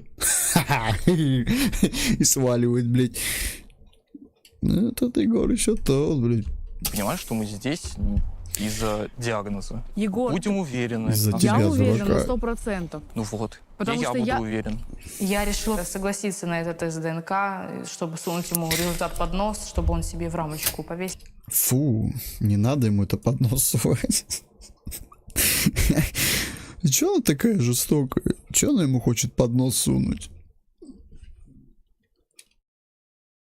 Ладно, не буду продолжать, тогда это уже другая программа будет совсем. Хоть бы с выражением за кадром читала за актерство кол с минусом. Ну, они все пытаются в Голливуд попасть, но у них почти получается. И смотрел на свои 97%. А насколько это болезненно для ребенка? Эта процедура абсолютно безболезненная. Мы используем цитощетки, которые не травмируют слизистую. А насколько точный вообще тест? Точность 99,9. Угу. Нужно приоткрыть рот. В смысле, не через жопу, что ли, берут? Угу. И с другой стороны сейчас еще раз. И с другой стороны, сзади. Точно не больно? Нет, ему не больно. А, это у ребенка все. Это цитощетка, она мягенькая. Все, результат будет Успели готов ребенка через 2 родить, уже рабочих дня. мучают. Если честно, Из-за я своих амбиций. очень удивлен, как Юля ведет себя в больнице на приеме у врача. Ей как будто реально нечего скрывать. Ну что, доволен, что за тебя ребенок плакал? Ну вообще, понимаешь, что говоришь? А то, что репортер с камерой бегает, и он знает все о Юле, ты не можешь у репортера спросить, подойти? Дурака корчат из себя, да? Подошел бы вот у него, у оператора спросил, у оператора, неправильно. У оператора бы спросил, врет Юля или нет. Чисто по-пацански, по-мужски скажи мне. Ну. Естественно, Если бы не ты, если бы не твои вот эти Если бы какие-то... не ты. О, слушай, подожди. И это мы знаем. Сейчас, секунду.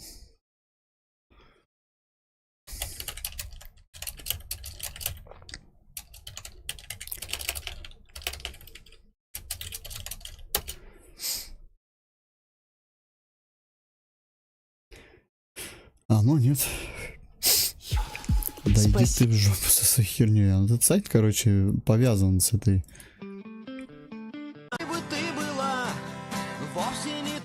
А, нет, подожди, это не оно, значит. Блин, а кто исполняет-то? Если бы не ты, не ты, не ты. Что-то там, если бы не я, не было б тебя. Я надеюсь, не это, не Пердачева. Паранойи. Какие паранойи? Ой, Пугачева. Ты сама знаешь, вот диагноз есть, все. Успокойся, пожалуйста. Как я должна успокоиться, если за тебя ребенок истерил? Я сам не рад, что он истерил.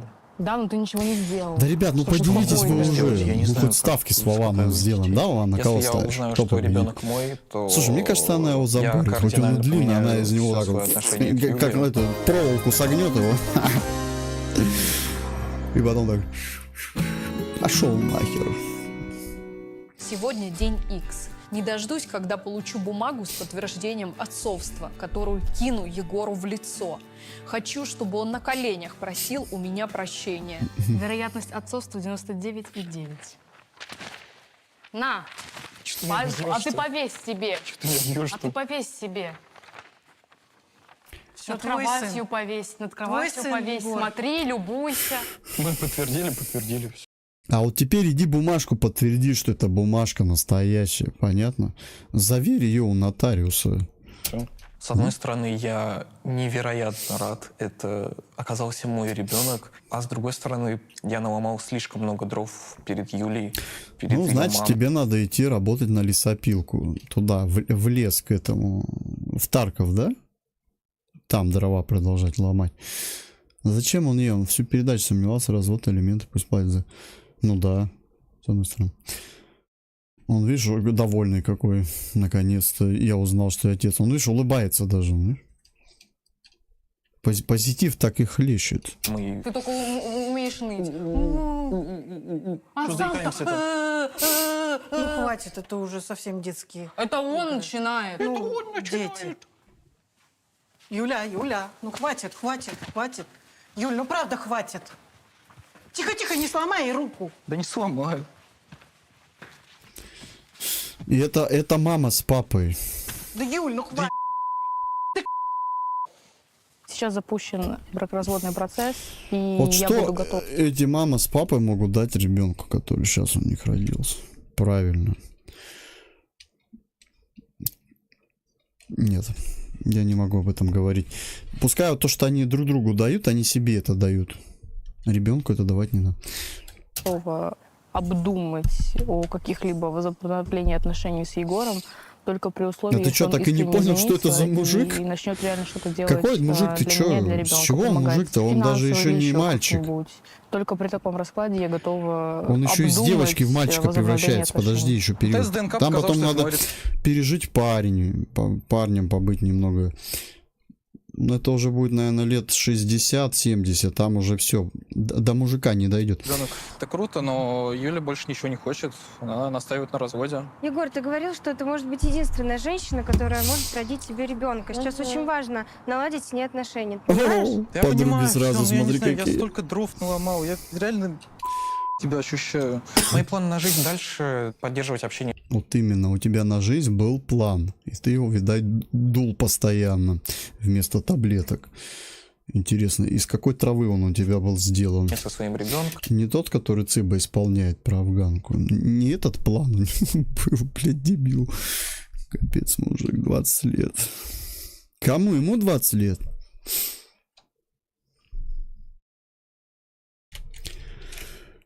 Ну, ему больше дам, ему не 20. Года 23 уже, наверное. 20. Это 20, наверное, приврали немного. Так же, как она приврала. С Юлей и не конфликтовать, самое главное. Ребенок не должен видеть какую-то агрессию. Егор звонит каждый день, извиняется и интересуется малышом. Я решила, что ребенку нужен отец, и разрешила ему навестить Стаса. Слушай, ну нифига себе. Брутальный мэн, да? Вообще. Люди в черном отдыхают. Блядь, это что за блядство?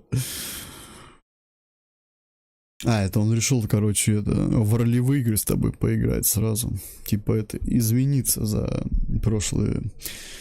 Сейчас еще одного создал. Подожди. Он же бесплодный.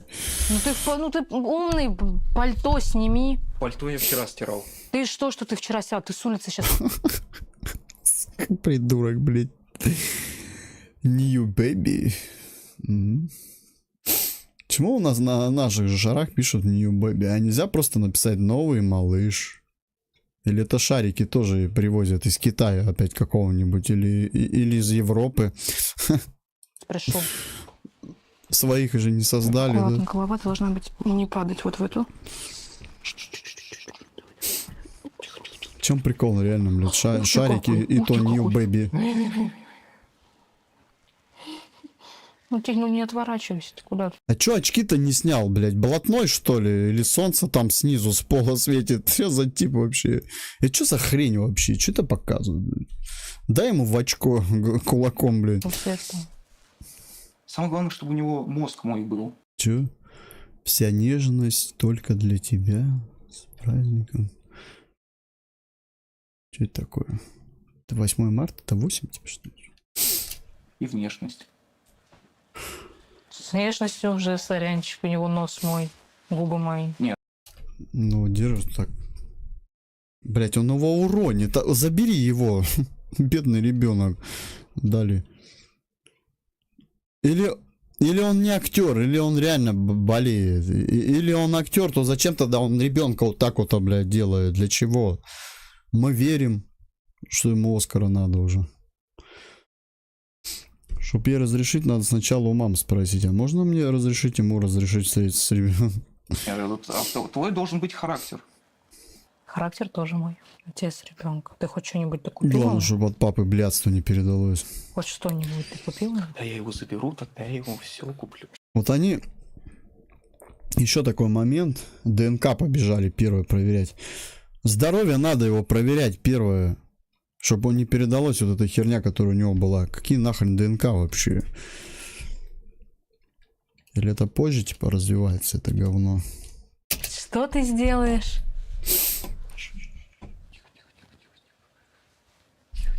Тихо, тихо, тихо. Чувак крутой вообще, да? Иди отсюда. Иди отсюда. Иди отсюда. Уходи. Уйди. Такой идиот вообще. Уйди отсюда.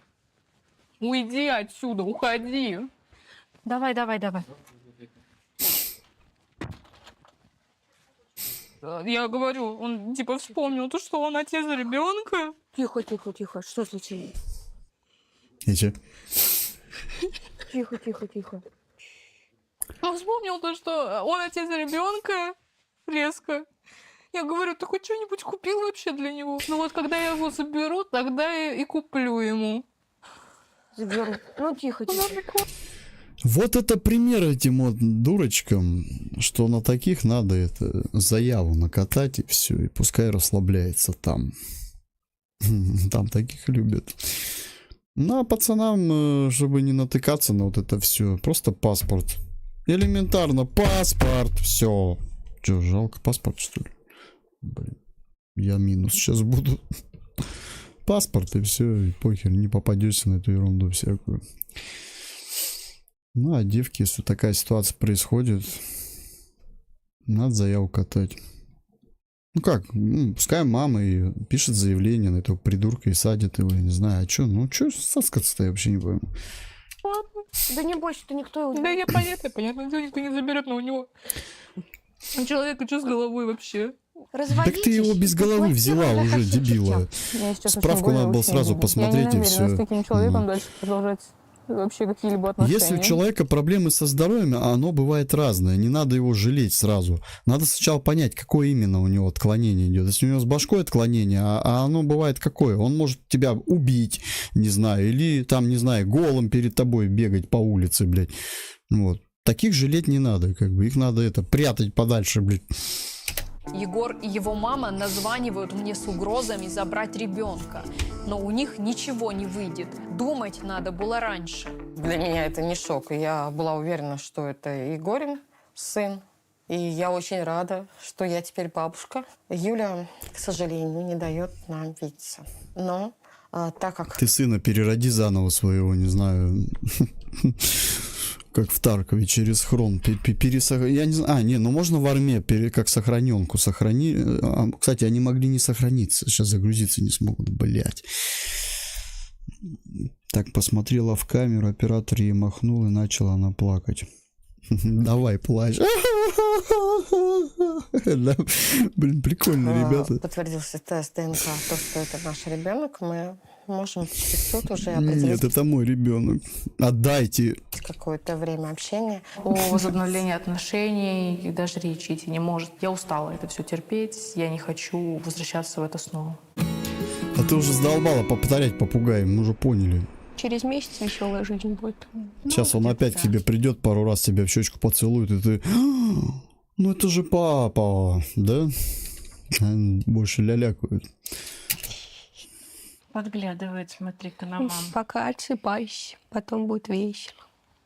Ну ничего, уже весело. Девочки, которые попали в такую же ситуацию, Сука. я хочу... Видишь, реклама сразу. Ну вот интересно, что ты хочешь. Сейчас, подожди, посмотрим. Видишь, что происходит? Паузу нажал, реклама не идет. Посоветовать. Оп. Ты-то хочешь посоветовать, а канал-то не хочет, походу. Или Рутуб не хочет, чтоб ты советовала. Сразу рекламу вставляет сюда. Пиво, да, вот что она хочет посоветовать. Вот смотрите, что она хочет посоветовать. Бухайте побольше. Потому что так правильно. Рутуб троллит программу, Э, походу. Не рубить с плеча. Все трудности, которые будут встречаться на пути, легко преодолеть, а потом ребенок Блин. будет с вами навсегда, и это счастье. Счастье, да? Ну, мы прям заметили, ты такая счастливая была, прям, ё-моё. Слушай, я еще таких счастливых девчонок не видал, наверное. Как только вас здесь в этой программе. Только и думаешь, блин, какие счастливые они, однако ж, да? Прям прыгают от счастья. Ой. Так вот, оно в этом все и дело. Я сколько раз говорил. Дети, да, она говорит, дети это счастье. Ну ты же тоже ребенок, как бы. Об этом же ты не говоришь. Одно дело, когда дети рождаются у ответственной и взрослой семьи, нормальной, которая может взять ответственность, содержать этого ребенка, то да, как бы это хорошо. А другое дело, когда ребенок рождается у ребенка. То есть вот буквально она с куклой игралась недавно, не знаю, ходила там, ей на животик нажимала, и сейчас у нее ребенок появляется, и все, она повзрослела, что ли? За педофилию у нас... Так а смысл? Они же, видишь, сами живут так. Некоторые, пока их реально там... За драки, вот, допустим, ситуации. Вот в чем прикол, допустим, жить с человеком, который тебя бьет постоянно? Ну, не знаю. Мазохисты, короче. Комментарии. А я закрыл, наверное. Сейчас, подожди. Да, я закрыл уже вкладку. Сейчас искать опять этот выпуск. А что там комментарии? Ну, вот этого Егора, который актер играет, скорее всего, его это... Там всяко разно хейтят, троллят. Вот. Не, ну, если реально вот он такой по рассказу. Ну, опять же, а откуда вот эти рассказы? Это может девчонка рассказывать. А вы сами понимаете, как девчонки бывают рассказывают. Они все преувеличивают, что я такая бедная, меня обидели. Не знаю. Если реально там сам Егор, наверное, про себя бы рассказал. Ну, и тот тоже балабола, кажется. Он же правду не скажет. Поэтому тут хрен его знает, реально это, нереально, вообще была ли эта история, непонятная. А если была, кто бы не рассказал? Только мама. Но опять же, мама расскажет историю за своего сына, опять поддержит. Или если мама дочери, она дочь поддержит. Поэтому правды никогда никто толком не узнает. Ну, то есть, даже если вот у них эта история реально, не по ней сюжет сняли, все равно она половина балабольная. Потому что каждый будет друг друга поддерживать. Мама сына, вот. Другая мама дочь свою будет поддерживать. Ага, будут они тут... Ну, а как обычно говорят, вот сейчас вот пара разошлась, допустим, вот ты спроси у него, он скажет, да она говно. К ней подойди, спроси, а как? Да он говно. Ну, так же и тут вот этот рассказ, кто им рассказал? Девушка, которая сказала, вот у меня было такое говно, и вот по этому рассказу они сделали. Ну, мало верится. Как бы не факт. Ладно, все, мы ситуацию оцениваем именно на экране. Вот что нам показывают, мы это обсуждаем, над этим ржем. Вот. Пускай это будут актеры, похер вообще. Ну, пускай ушки горят у них тогда. Это их уже проблемы. Не хрен сниматься тогда в этом. А то снимаются, а потом меня обсуждают. Нехер сюда лезть. Хочешь стать звездой, становись. Голливуд скоро, не за горами, да? Не, ну это первый выпуск, который меня капец как бесил. О, знаешь, я уже не считаю какой-то выпуск. На канале Патриот это уже это третий только эпизод. А мы же еще там снимали стрим. Сколько выпусков было. Поверь, там еще похуже были. Особенно в программе вот попадаются Подожди, о чем? Ну да, давай поженимся. Это там была я Бабенко, ё-моё, я помню. Зараза, забанили этот стрим, видать, ну, нажаловалась. А чё, правда, глаза режет, что ли? Ну. Сами же показывают себя на экранах, а потом слова не скажи про них. Клоуны, блядь. Ладно, все. Всем пока-пока-пока. Увидимся в следующих стримах.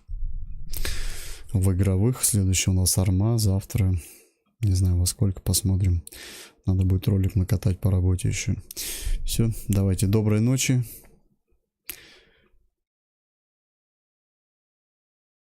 Позитивной доброй ночи.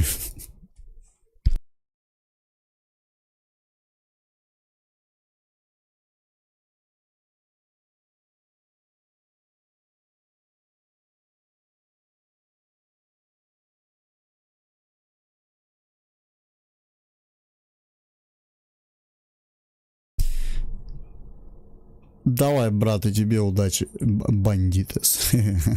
Спасибо.